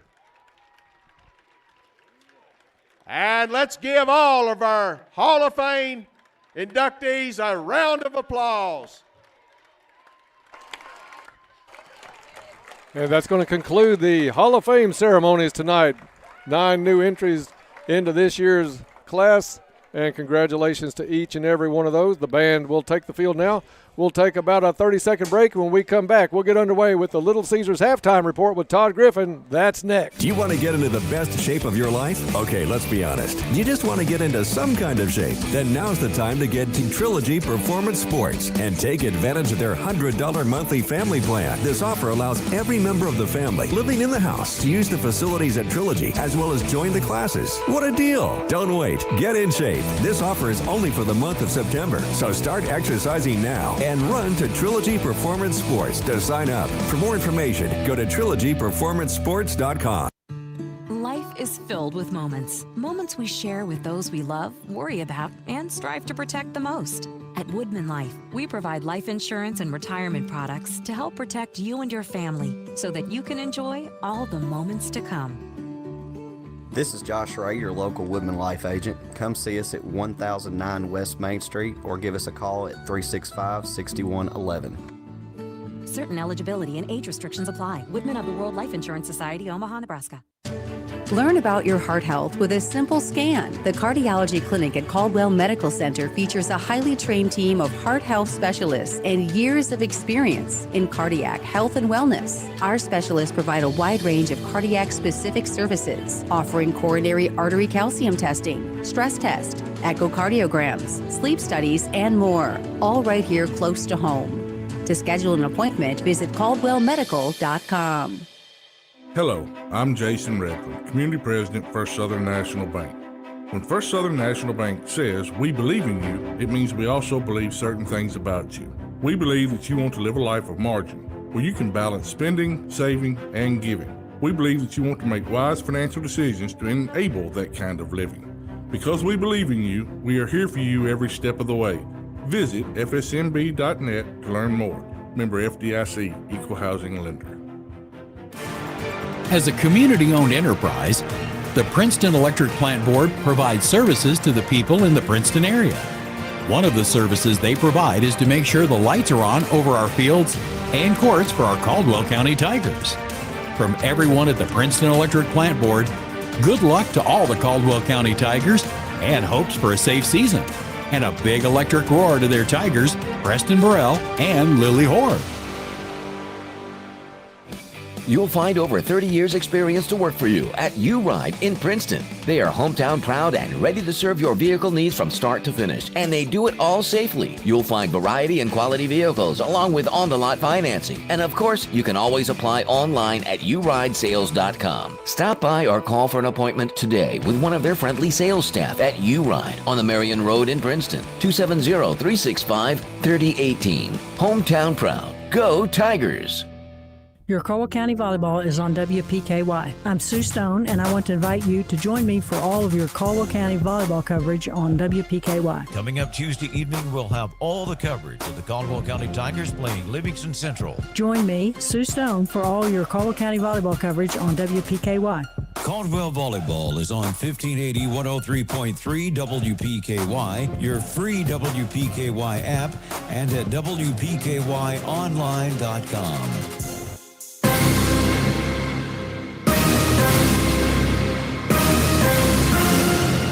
The teams are in the locker room, and it's time for the Tiger Halftime Report on WPKY.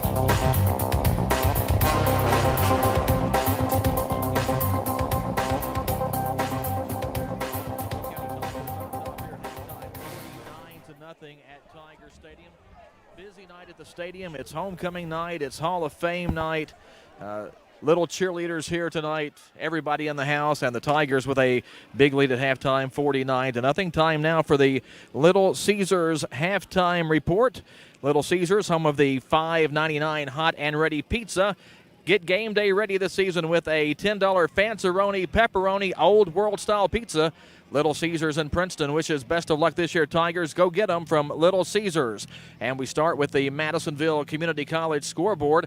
Madisonville Community College is much more than buildings and programs. It's a community where students find confidence, collaboration, compassion, and success. Let them help you build a better life. Madisonville Community College. We're a little behind here at halftime because of all the festivities, so we'll run through the scores pretty quick. Union County leads at Crittenden County 13-6 in the second quarter. Fort Campbell down at Mayfield big, 44-0 at halftime there. Murray with a 12-7 lead over at Christian County at halftime. Trigg County leads at Fulton County 34-20 in the second quarter. Halftime in Russellville, and Logan County leads Hopkinsville 21-14. Also halftime in Paducah, Henderson County with a 13-7 lead on Tillman. Madisonville North Hopkins with a big lead playing at home tonight. They lead Callaway County 48-7 in the second quarter. And Davis County down at Marshall County with a 34-0 lead at the break. Again here at Tiger Stadium, 49-0 Tigers over Ballard Memorial. The Lady Tiger volleyball team playing in the Rec at the Plex over in Hopkinsville tonight and tomorrow. We know they have a win over Fort Campbell already tonight, so a big win there for the Lady Tiger volleyball team. And, of course, we'll have more on that this weekend at yoursportsedge.com. Coming up Monday and Tuesday, it's the state first-round golf tournament at Owensboro Country Club. Caldwell County will be represented in both of those, as qualifying for the state first round was Colin Whittington for the boys tournament and Claire Noth for the girls tournament. They did that in regional action this past week. The girls played at the Country Club of Paducah, and the guys played at Paxton Park in Paducah. Don't forget, Saturday morning quarterback coming to you live from the Biscuit Barn and Ice Cream Eatery at 9 o'clock in the morning.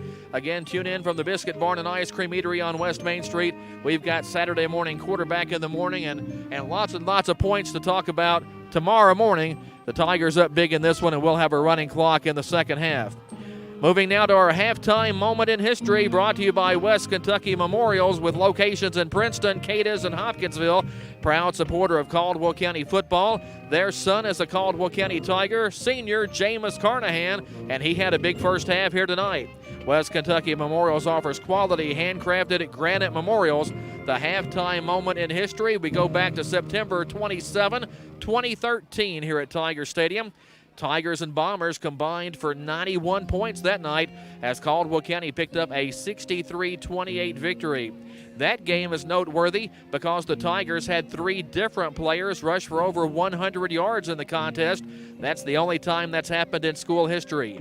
Jamichael Ellis had 175 yards and a touchdown. Elijah Sindelar ran for 144 and 2 scores and passed for 190 and 3 more. And D. Kane ran for 104 yards on just 6 carries with a touchdown. D also had 2 TD passes that night, hauling in the receptions from Elijah Sindelar. Caldwell finished the night with a school record 31 first downs, 21 in the first half, a whopping 665 yards of offense, and that's second all-time in school history to the 850 yards in the win at Callaway County, 80-62, to open up the 2011 season. So that's the halftime moment in history. The Tigers win over Ballard Memorial here in 2013, brought to you by West Kentucky Memorials. And West Kentucky Memorials also brings you the halftime statistics. Gary is standing by with all the big numbers for the Tigers on the first half. Yes, indeed, Todd. Caldwell County rushed the ball 10 times for 68 yards, led by Jameis Carnahan, who had 9 of those carries for 68 yards. 133 yards passing for Luke Parker. He was a very efficient, 9 completions out of 11 attempts. No interceptions for Luke Parker. As for the receivers, Xavier Bumpus had 3 receptions for 41 yards, and Cooper Mobley had 3 receptions for 18 yards. Logan Chambliss hauled in 2 grabs for 47, and the touchdown pass to number 81, Luke Maddox, for 27 yards. 9 first downs for the Tigers, 201 yards of offense. Ballard Memorial, not as successful offensively, especially not on the ground, where they ran 11 times and only gained 9 offensive yards, less than a yard per carry.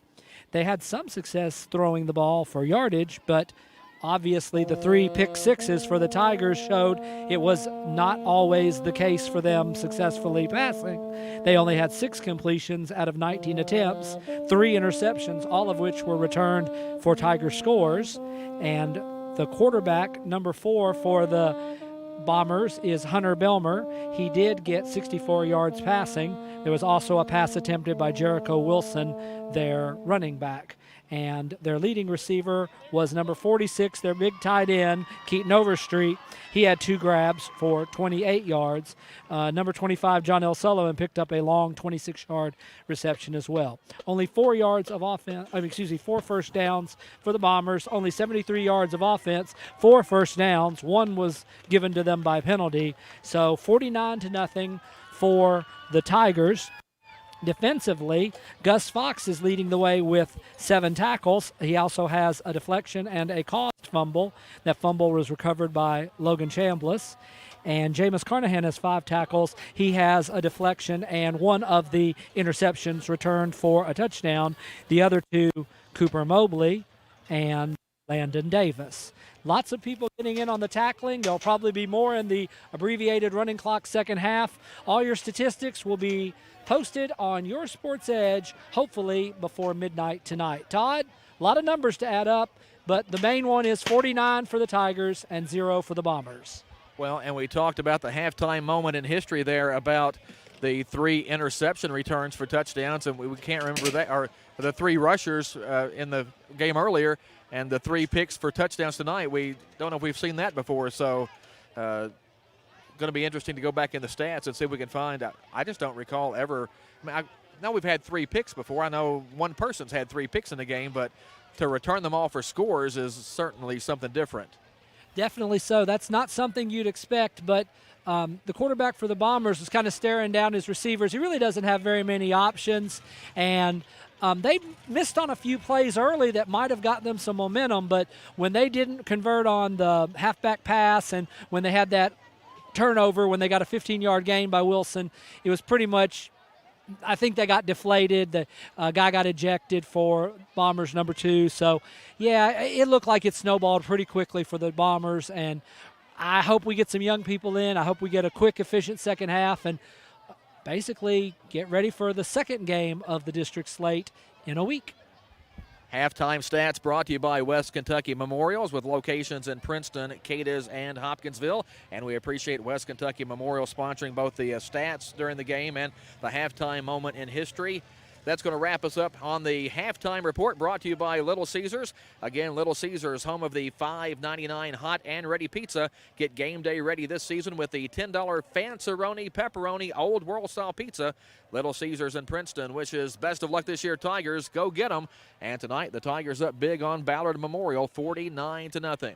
We'll send you back up top after this break. You're listening to Tiger Football on 1580, 103.3 WPKY. If you're involved in an auto accident, it's your choice where your vehicle is repaired. Some insurance companies refer you to pro shops because they give the insurance company discounts. But with those discounts, the insurance company has input on the parts used and might not always use what is best.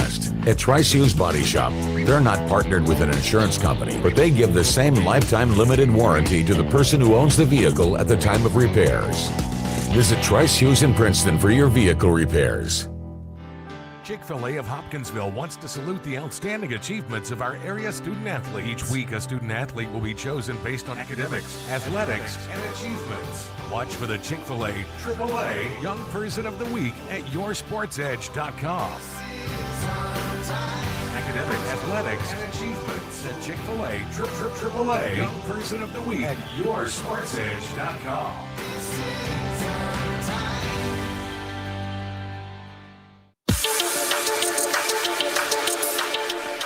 And welcome back to Tiger Stadium. Halftime, a little longer than usual tonight because of the Hall of Fame ceremony and a nice performance by the Tiger Marching Band. The teams have just returned to the field. Caldwell County going through their 3-minute period of loosening up, working out, stretching.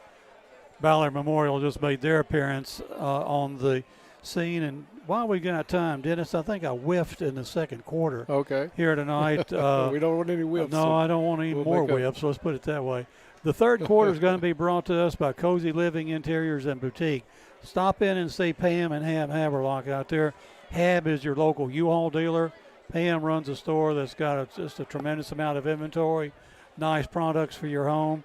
Located on Northfield Drive here in Princeton. Stop in and see Cozy Living, everything a home should be. And Bob, you and I are both looking forward to having a house that we need some furniture to put in. And so we're getting a little framing done. People have asked us before. You got a little dirt work going on.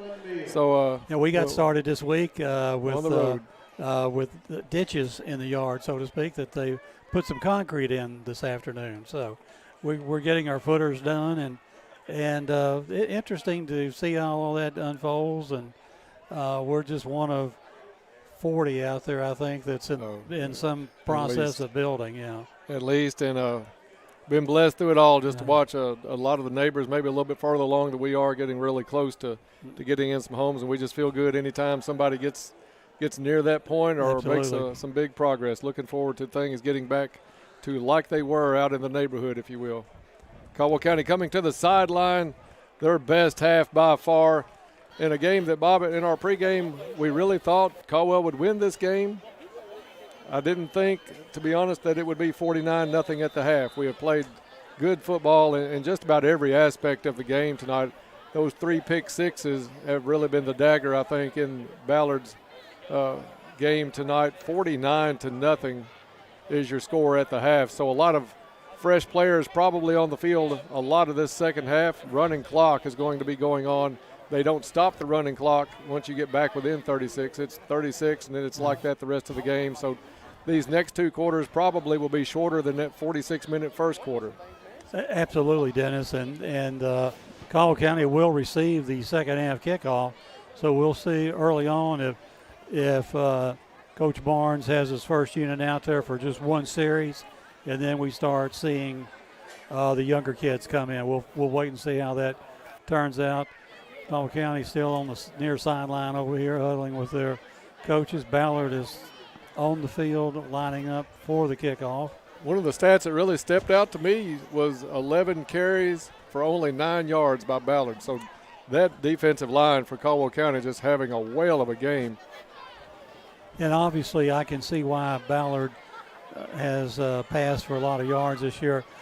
Much better as a passing team than a running team, but you still need to throw it to your own guys. Yeah, I think for the most part. Jericho Wilson still came in averaging a little over 100 yards a game, maybe somewhere 107 to 111 yards. in that neighborhood. So Caldwell County has shut that down completely. They can't get him loose at all. And I'll get rid of the stool, stand up as we get set to start this second half. Let's go! It is going to be Keaton Overstreet to kick it away for Ballard. And I'm sure going to have my roster out for Caldwell County because there's going to be a lot of clean jerseys coming out here before long. This one is going to be fielded at the 15-yard line. Across the 30, 35, and down at the 40. We'll pick up his number, and that is number 81, Luke Maddox. Maddox, kid's a good-looking sophomore, only 5'9", only 133 weight-wise, but he is a good-looking player. Runs hard, too. Ball marked at the Tiger 41-yard line. And Caldwell County is going to go with reserves early. In at quarterback is going to be number 10, Jack Roach. Eli Stevens and Cade Rowland on the near side. Caldwell County almost had too many on the field. They hustle one off. One receiver to the far side. So Jack Roach, the freshman, 5'11", 178 pounds, in at quarterback. Handoff across the 40 and out of bounds near the 44-yard line is number 34, Graham Grissom, 5'7", 176-pound sophomore. Going to give him out to the 43. Pickup of 2 yards. It's going to be Maddox on the far side. Also into the ball game is number 18, Channing Puckett, a freshman, 5'8", 142 pounds. Puckett's going to be one of 3 receivers on the near side. Maddox is going to be on the far side. Roach in at quarterback. Grissom in at running back to his left shoulder. Pass is complete at the 41-yard line across the 50 and into Bomber territory. Cade Rowland on the reception. Nice yards after the catch for Cade Rowland. Let's go down for a second half Go Green field report with Todd Griffin. Well, guys, we saw those 28 points in the first quarter and talked about how nice that looked on the scoreboard, but that's not a record for points in a quarter. As a matter of fact, it's not even a record for points in a quarter against Ballard Memorial. We once put up 42 in the second quarter down there in a win one year. Pretty impressive quarter by any standard. That was one of those Tiger teams that, you know, Elijah Sindelar, Jalen Boyd, et cetera, et cetera. Handoff goes to Grissom. Grissom across the 45. And forward progress will get him to about the 43-yard line. Good hard-nosed run by Graham Grissom. And, you know, if I'm not mistaken, I think both teams were undefeated going into that game that year. Oh, really? I think both teams were 4-0 or 5-0. Would not have guessed that one. So, but Caldwell was the ranked team and, you know, ended up being the better team that night for sure. Yeah, not many teams come along like that one. That was a highlight reel every week. Roach calling the signals out. 2 receivers each way in a compact set. Roach drops back, rolls to his right, throws down the field. Almost a great catch. Flag on the field. Maybe pass interference on that one as he was looking for Luke Maddox. Maddox was being basically tackled as he tried to jump up over the defender to make the catch. I think that is going to be pass interference. But so far, nothing has been walked off, yeah. Let's get the call from the official. Pass interference against Ballard. Running clock already down, near 8 minutes to go in the third quarter. 49-0 is your score if you joined us late. Caldwell County with 3 interception returns for touchdowns in that first half to go along with a very good night for Luke Parker. Also, I think it was close to 70 yards, Bob. Is that right? For James. For Carnahan. Mm-hmm. Trip set to the near side. 1 receiver to the far side as Roach, the freshman quarterback, looks over the defense. Fakes a snap. Fakes a handoff. It's complete at the 30, and not much more than that. Got the ball to number 21, Cade Rowland.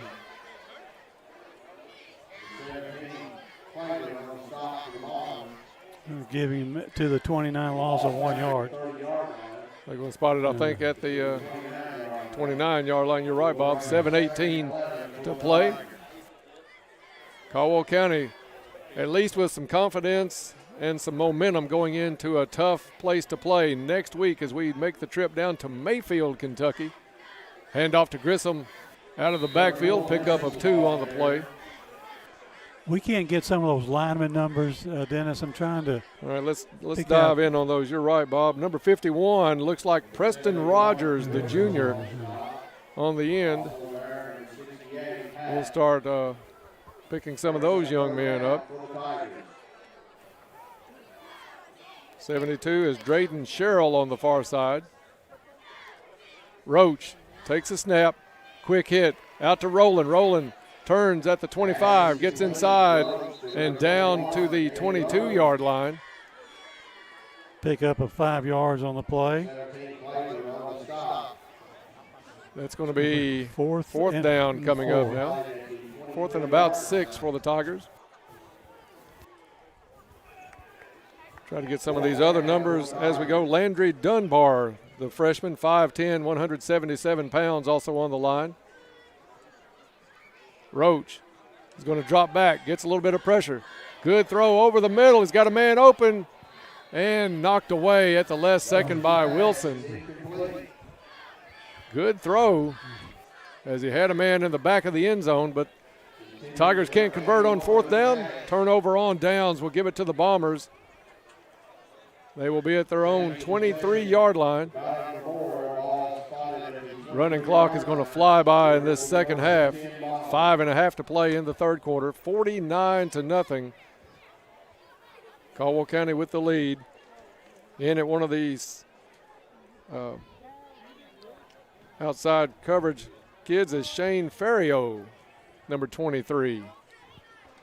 First time we've called that young man this season. Bilmer, pass complete on the far side to Wilson. Wilson has some room on the far sideline across the 40. Hit and pushed out of bounds near midfield. I think he got into Tiger territory. Quick hit from Bilmer to Wilson. Down to the We'll see where they spot this. I think it's a Bomber 48-yard line. Jericho Wilson. 25-yard pass play. Number 18 into the ball game. Channing Puckett defensively at one of the linebacker spots for Caldwell County. Pitch is to number 8, gets around the end and into Tiger ground at the 40-yard line. That is number 8, Mason Nichols, the junior running back for Ballard. Full-fledged reserves in now. Number 17 and number 22. Zayden Grubbs is number 17 and number 22 is Leighton Wall. Both sophomores for Caldwell County into the ball game, as is Ethan Ramage, a 6'2 freshman for Caldwell. Ballard, 1st and 10. Pitch comes back to Nichols. Nichols cuts it back into the middle across the 35 and down at the 34-yard line. Pickup of 5 yards on the play. 2nd and 5 for the Bombers. Number 58 coming out of the ball game for Caldwell County is Justice Coleman, the sophomore. I think Coleman was in on that last tackle, though, for Caldwell County. 3.5 to go in the third quarter. 49-0 Tigers, who will finally get that first win and get that goose egg out of the win column. 1-5 going to Mayfield next week. Wilson in motion, takes the handoff, turns it up the field across the 30, 25 down to the 20, cuts it back in and hit, pushing the pile inside the 10 and down to near the 6-yard line before he's finally knocked down. Jericho Wilson, a good hard-nosed running back, Bob. That kid would start on any team in the district, I'm sure.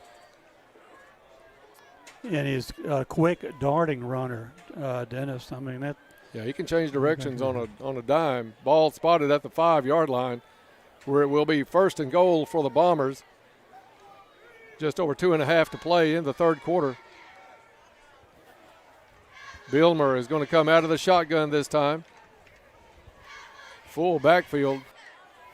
They give it to the deep back, and it's touchdown, Ballard Memorial, number 46 with the touchdown, Keaton Overstreet. So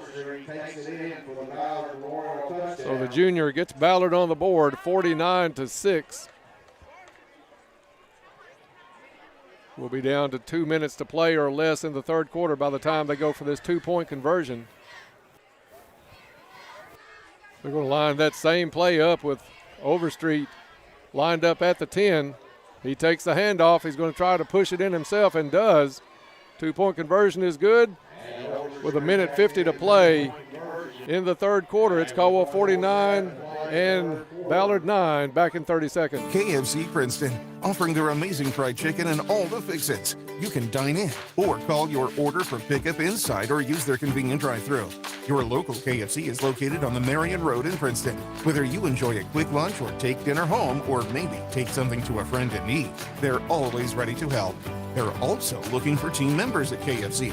Ask about becoming a member of their team. KFC on the Marion Road, where they appreciate your support and they are Princeton strong. Welcome back to Tiger Stadium. 1 minute, 7 seconds remaining in the third quarter as the clock continues to count down. Caldwell County returning to the field to receive the kickoff. Yeah, we may only see one more play in this, or at the most 2 more plays in this third quarter, Dennis, because it's already at 44 seconds right now, and we might not even get a play off after the kickoff. Cade Rowland and Luke Maddox back deep for Caldwell County as Ballard avoids the shutout, 49-8. Excuse me, gave the wrong score earlier off of the scoreboard, 49-8. Kickoff by Overstreet, nice kick. This one's going to go into the end zone for a touchback. And Bob, by the time they run the players out, I don't think we will get another playoff. Very short running clock, third quarter here at Tiger Stadium, as it's been all Caldwell County tonight. Tigers ahead going into the fourth, 49-8. Back after this on WPKY. Hi, this is Daniel Ingram with H&R AgriPower. Take care of your property with equipment you can count on, like the Kubota BX and L Series compact tractors. Part of our under 100 horsepower tractor lineup, rated #1 for reliability. And Z Series mowers and Sidekick utility vehicles where durability meets speed. Visit H&R AgriPower, your local Kubota dealer, for a demo today. Go to KubotaUSA.com for full disclaimer. Take a test drive at your Kubota dealer. H&R AgriPower, Eagle Way, Hopkinsville. And welcome back to Tiger Stadium. The fourth quarter is going to be brought to us by Cozy Living, Interiors and Boutique. And they've been under the ownership and management of Pam and Hab Haverlock for the past 3 years. Stop in and see Pam, see what she has for sale. A store full of beautiful furniture, bedding, accessories, and gifts. Cozy Living, Interiors and Boutique, next to the bowling alley in Princeton. Everything a home should be. Roach is going to stay in at quarterback as we start the fourth quarter, 49-8. Caldwell County will go to 1-5 on the season. Roach drops back. Too high for Maddox, just off his fingertips, incomplete. Hey guys, I forgot one Caldwell County event on the schedule tomorrow sports-wise. The Caldwell County boys soccer team is playing a couple of games over at the Christian County Colonel Showcase at the Stadium of Champions tomorrow. So, even more action. The Lady Tiger volleyball team being Hoptown, and Caldwell boys soccer also over there tomorrow. And Todd, if anybody's left from your sports edge, the Pennyroyal Valley Strikers play Madisonville at 11 o'clock at the rec fields as well. Oh, wow. So standing room only crowd expected for that one. We'll be there tomorrow morning for that newly formed girls team by that club team here in Princeton. I will be at volleyball tomorrow. As soon as we get done with the Saturday morning quarterback show, I'll head over there. Tom Rogers will have coverage of soccer over at the Stadium of Champions, so we'll have everything up at yoursportsedge.com this weekend. I'm more interested in who's going to bring me the biscuits and gravy to the rec fields. Under 11 to play here as Caldwell County loses about 5 on that run. 3rd and 15 for the Tigers. Jack Roach, the freshman at quarterback. Big kid. He's going to have good size. Still some growing to come for him. Roach drops back. It's going to air it out, looking down the field, and some contact, no flag, looking for Luke Maddox. Pretty good throw and a little bit of contact as Maddox was trying to change directions and catch that one over his right shoulder. There's a flag not out here, but maybe in the backfield. I believe it was a sideline warning. Wouldn't be a Caldwell County football game without a sideline warning. No, you got to have those. It's a tradition, much like the Masters, I think. You got to have a sideline warning.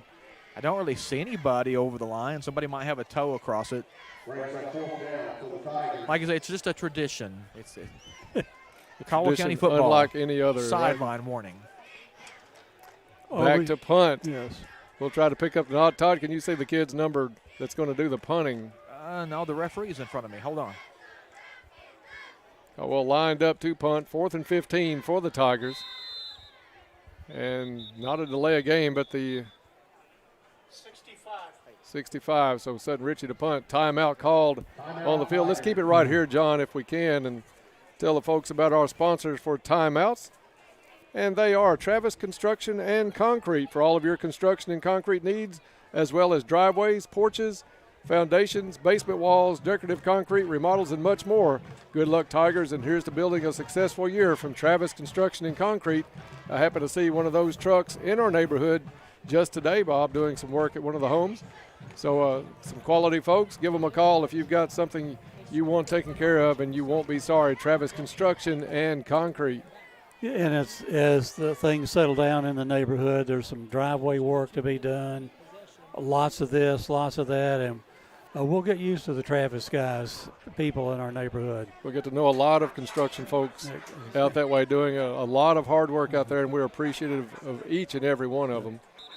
Ball's going to be spotted at the 15-yard line. Caldwell County will bring Ritchie back out to punt. Yeah, it's strange to see a number 65 out there punting sometimes. Yeah, it does look like a strange number out there. Got to check that all the time. Also into the ball game for Caldwell County, looks like number 51 is Preston Rogers and number 60 is Lucas Rowlands. So Ballard will drop a player back just inside the 45-yard line. That may be Jericho, I think, back there, Dennis. He looks a little tiny from here. Good snap back. Kick is away by Ritchie. Nice kick. Hits at Caldwell's 40-yard line, bounces and is picked up by Wilson at the 49 of Caldwell County. Bouncing off a couple, wants to get to the outsiders across the 40, the 30, 25, 20, and pushed out of bounds at the 15-yard line. Not able to pick up the Caldwell player. He's surrounded by a bunch of people with congratulatory helmet slaps. Still trying to pick him up. Maybe we can get 65 was Sutton Ritchie on the tackle and may have saved a touchdown. The speed of the kid Jericho Wilson had gotten by Sutton Ritchie. And there was a flag on the play, so it's going to come well back. He was knocked out of bounds at the 15. The flag is going to bring the football back to the Tiger 41-yard line. I thought I saw a block in the back up there when the returner was making his cut, but it's 49-8, so you don't really want to, point those out too much. Right. Yeah, I'm sure everybody wants to get home and watch the Dodgers game, right, Todd? Who are the Dodgers playing tonight, Dennis? The St. Louis Cardinals are in town. Maybe somebody will serve up Pujols a couple more to get him to 700. I would like to see that. I'd love to. That's the quality player, I think, of our generation. There's a lefty on the mound tonight, right, for the Dodgers? I think so, yes. Up the middle it goes. Ballard with a good run across the 20, 15, 10, 5. Touchdown Ballard on a run from the 41 is number 8, Mason Nichols. Nichols showing good speed in the open field, and the junior running back gets into the end zone for the Bombers. Another flag down on the play. They're going to bring that one back. A hold against Ballard Memorial. So they'll tick those points off the board. Clock still running, 7.5 minutes or so left to play in the football game. 49-8 is your score here. Caldwell County on the road next week as we'll go to the number 1 team in Class 2A, the Mayfield Cardinals. Trying to take a peek at who Ballard has next week, and it looks like Ballard will hit the road going to Murray in a couple of weeks. I think next week may be Ballard's off week. We'll check that real quick. And it is. They'll be playing Murray in 2 weeks at Murray. First down for Ballard. Bilmer wants to go to Wilson. See if they call it complete. It was a low throw. And it's an incomplete pass. Guys, we're under 7 minutes to play in the game here. Trigg County and Fulton County, they've gotten to halftime. Trigg County leads at 55-34. They're going to be there a little bit later than we are tonight. A few points scored. Pretty exciting game. Trigg, offensive power this season. They're putting some points on the board week in and week out. You know, I think they try to emulate those big Caldwell County teams. I think that's what Trigg's trying to become offensively. Ball on the ground after the handoff. Bilmer able to pick it back up. Now running for his life in the backfield. Coming towards the Caldwell sideline. Hit at the 40. And that's going to be about as far as Bilmer gets. He took a helmet shot from one of the Caldwell players. See, number 13 on that tackle was Barry on Hollowell. And that was a hit. You're listening to Tiger Football on WPKY Princeton. Big night here with the Junior Pro Cheerleader Clinic. Kids out on the track doing some cheerleading. You had homecoming. Lakin White crowned homecoming queen tonight, and also 9 new members of the Caldwell County Hall of Fame class. Bilmer drops back, has good protection, airs it out to the far side, has a player open at the 12, and he's going to take it all the way in for the touchdown. Bilmer had the time to throw, and see who it was for Ballard. I think it was Wilson on the reception, wide open in that secondary. It turned out to be a 39-yard pass play, Dennis. 49-14 is your score now. 5 minutes to play in the ballgame. Clock still running. Looks like they're going to line up Overstreet again behind the 2 blocking backs. Overstreet takes the ball and shoves the pile in for the 2-point conversion. That score coming with 4:48 left to play in the ballgame. 49-16, Caldwell over Ballard. Ballard with some points here in the second half against all reserve players for Caldwell County. At the half, Caldwell had this one in hand, 49-0. Stay tuned for the Trilogy Performance Sports post-game report coming up right at the end of this one. We'll have it right after Todd talks with a much happier, I'm sure, Coach Barnes after this game. It's been a few interviews, Bob, that Coach Barnes was still trying to figure out which direction this team was going to go. I think it was 3 weeks ago tonight he said, do we let 0-3 define us? It got to 0-5, and I guess some people started to question. You didn't really know what to expect here tonight, but Caldwell County focused on this one, and you just got to tip your hat to every player in gold tonight, the way they came out and performed. Absolutely. I mean, this game was over really in the first 8 minutes of the ball game. You knew that there was no comeback in Ballard, and what we've done here in the second half is just getting several players in the game to get them experience, because they'll help us next year. Let's go down to a field with a Go Green report with Todd. Yeah, we were actually talking about that before the game, guys, that just getting one win can really change the way you look at the whole season, and Caldwell County is able to fall on a little squib kick as Ballard Memorial tries an onside kick there to get the ball back with about 3 minutes to play, but clock running here. Guys, I think a couple of runs or 3 might get us out of here tonight. Caden Cunningham with the recovery on the kickoff for Caldwell County. And a nice job of getting onto the football. He made sure he got down rather than try to run around, pick it up, and do all that.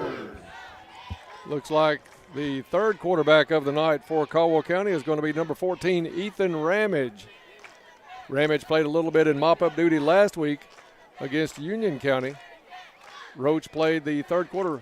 Here's Ramage to wrap up the ball game in the fourth quarter for Caldwell County. Caldwell hustling a player out, didn't have enough men on the field.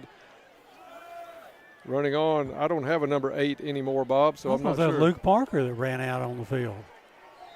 Handoff up to the 37-yard line.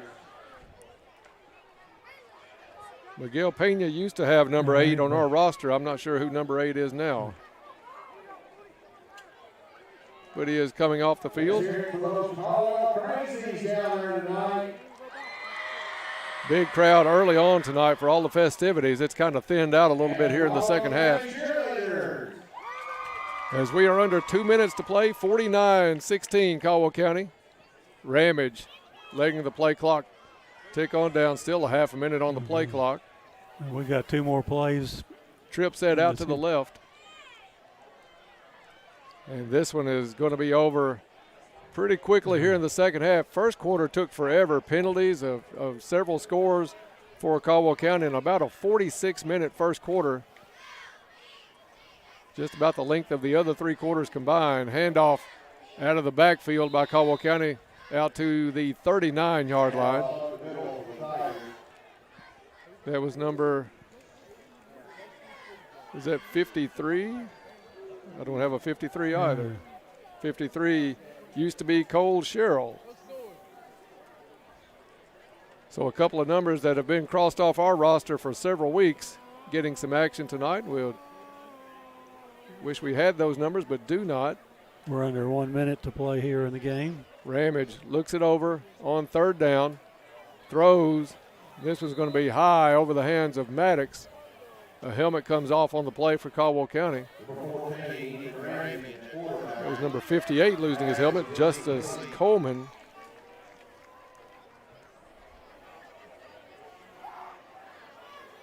Justin Clages is number 8, Bob. Thank you, Todd, for that.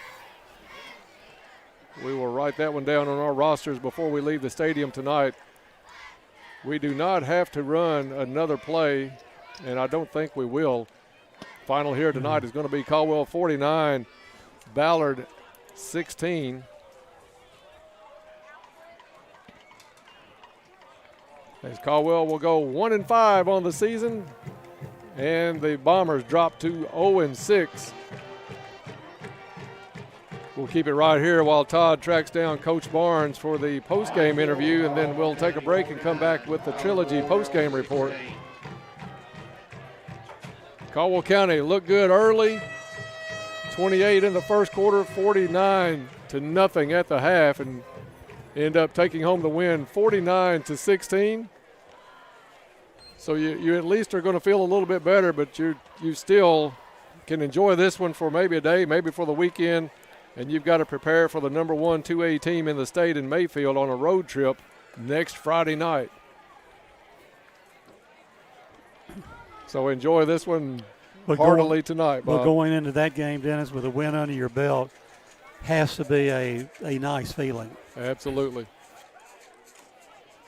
And let's take it down for a Go Green Field report with Todd and Coach Barnes. All right, thanks, Dennis. We're down here with Coach Will Barnes. And, Coach, amazing what one win can do for your psyche. Yeah, we definitely needed it, and, happy for our kids. They did a great job executing and coming out ready to play, and just overall a good performance. Even those young guys in the second half did a good job. So, good performance, and 1-0 in the district. That's what we wanted to do. What was the week of practice like for you guys? Had a pretty good week, and really, Wednesday was pretty warm, and I thought we responded well on Wednesday to the heat, and had a pretty good practice and a pretty good week. So, that's what you got to do to give yourself the best chance to win. When you looked at Ballard Memorial, you kind of knew you had to keep track of number 3. Yeah, he's a really good player. I mean, he could play for a lot of teams, and he does a good job. They do a good job, scheming him to get him the ball in some different ways. And he's a good football player. And I thought we did a pretty good job of pursuing to the ball and tackling, and that's what you got to do against those types of kids. This was a good night for the team to put on a show because you had homecoming and a lot of people here for that. You had Hall of Fame, and so you had a lot of former Tigers here. Just a good night to get a good win. Yeah, that's something we talked about coming in. With homecoming, we went through all the schools today with our little parade, which was great.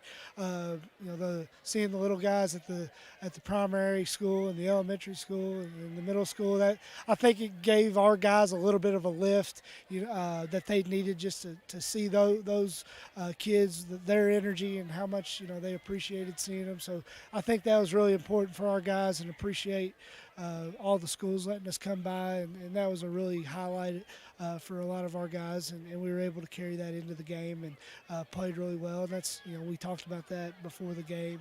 A lot of really good football players are going to come back to get in the Hall of Fame, and we want to make sure we have a good product on the field. We'll have a lot to talk about in the morning. Yeah, it'll be a little better than it has been all year. All right, Will, thanks. Thanks, Todd. That is Will Barnes, Caldwell County football head coach. The Tigers getting a 49-16 win over Ballard Memorial here tonight at Tiger Stadium. Tigers now 9-0 all time against the Bombers. And guys, it'll be a lot more cheery Saturday morning quarterback tomorrow morning from the Biscuit Barn and Ice Cream Eatery. We'll have lots of points to talk about, some nice defensive plays to talk about, and most importantly, 1-0 in the district, guys. All right, Todd, thank you for that and for the interview with Coach Barnes. There'll be some appetite tomorrow at the Biscuit Barn for sure.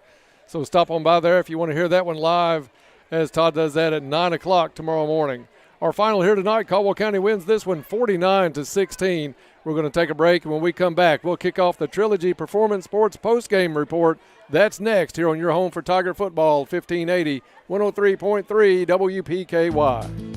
The roof isn't just part of the house, it completes it. It makes you feel safe and secure, so it needs to be properly installed. The importance of having a high quality and well-maintained roof is what motivates Bluegrass Roofing to serve this area, using quality materials without excess cost. Bluegrass Roofing is a Master Elite GAF certified installer, fully licensed and insured. They thank you for voting them the best roofing company in Western Kentucky. For roofing and claim info, find them at bluegrassroofpros.com. For 25 years, La Potosina Mexican Restaurant has been your choice for authentic Mexican food. They appreciate your business through the years. Open 7 days a week for lunch and dinner. Pair your favorite meals with your favorite margarita. Enjoy dining in or call in for carryouts. Call 270-365-3848 to place your order. La Potosina Mexican Restaurant with locations in Princeton and Marion. Be sure to follow them on Facebook. And thanks again for 25 great years. This harvest season, Pennyrail Electric reminds us all to make electrical safety a priority and plan ahead. Here are some tips to keep in mind. Training your team is vitally important. When working near power lines, always use a spotter. If your machinery does come into contact with an electrical line, unless there's a fire, stay in the cab. And always call 911 immediately to report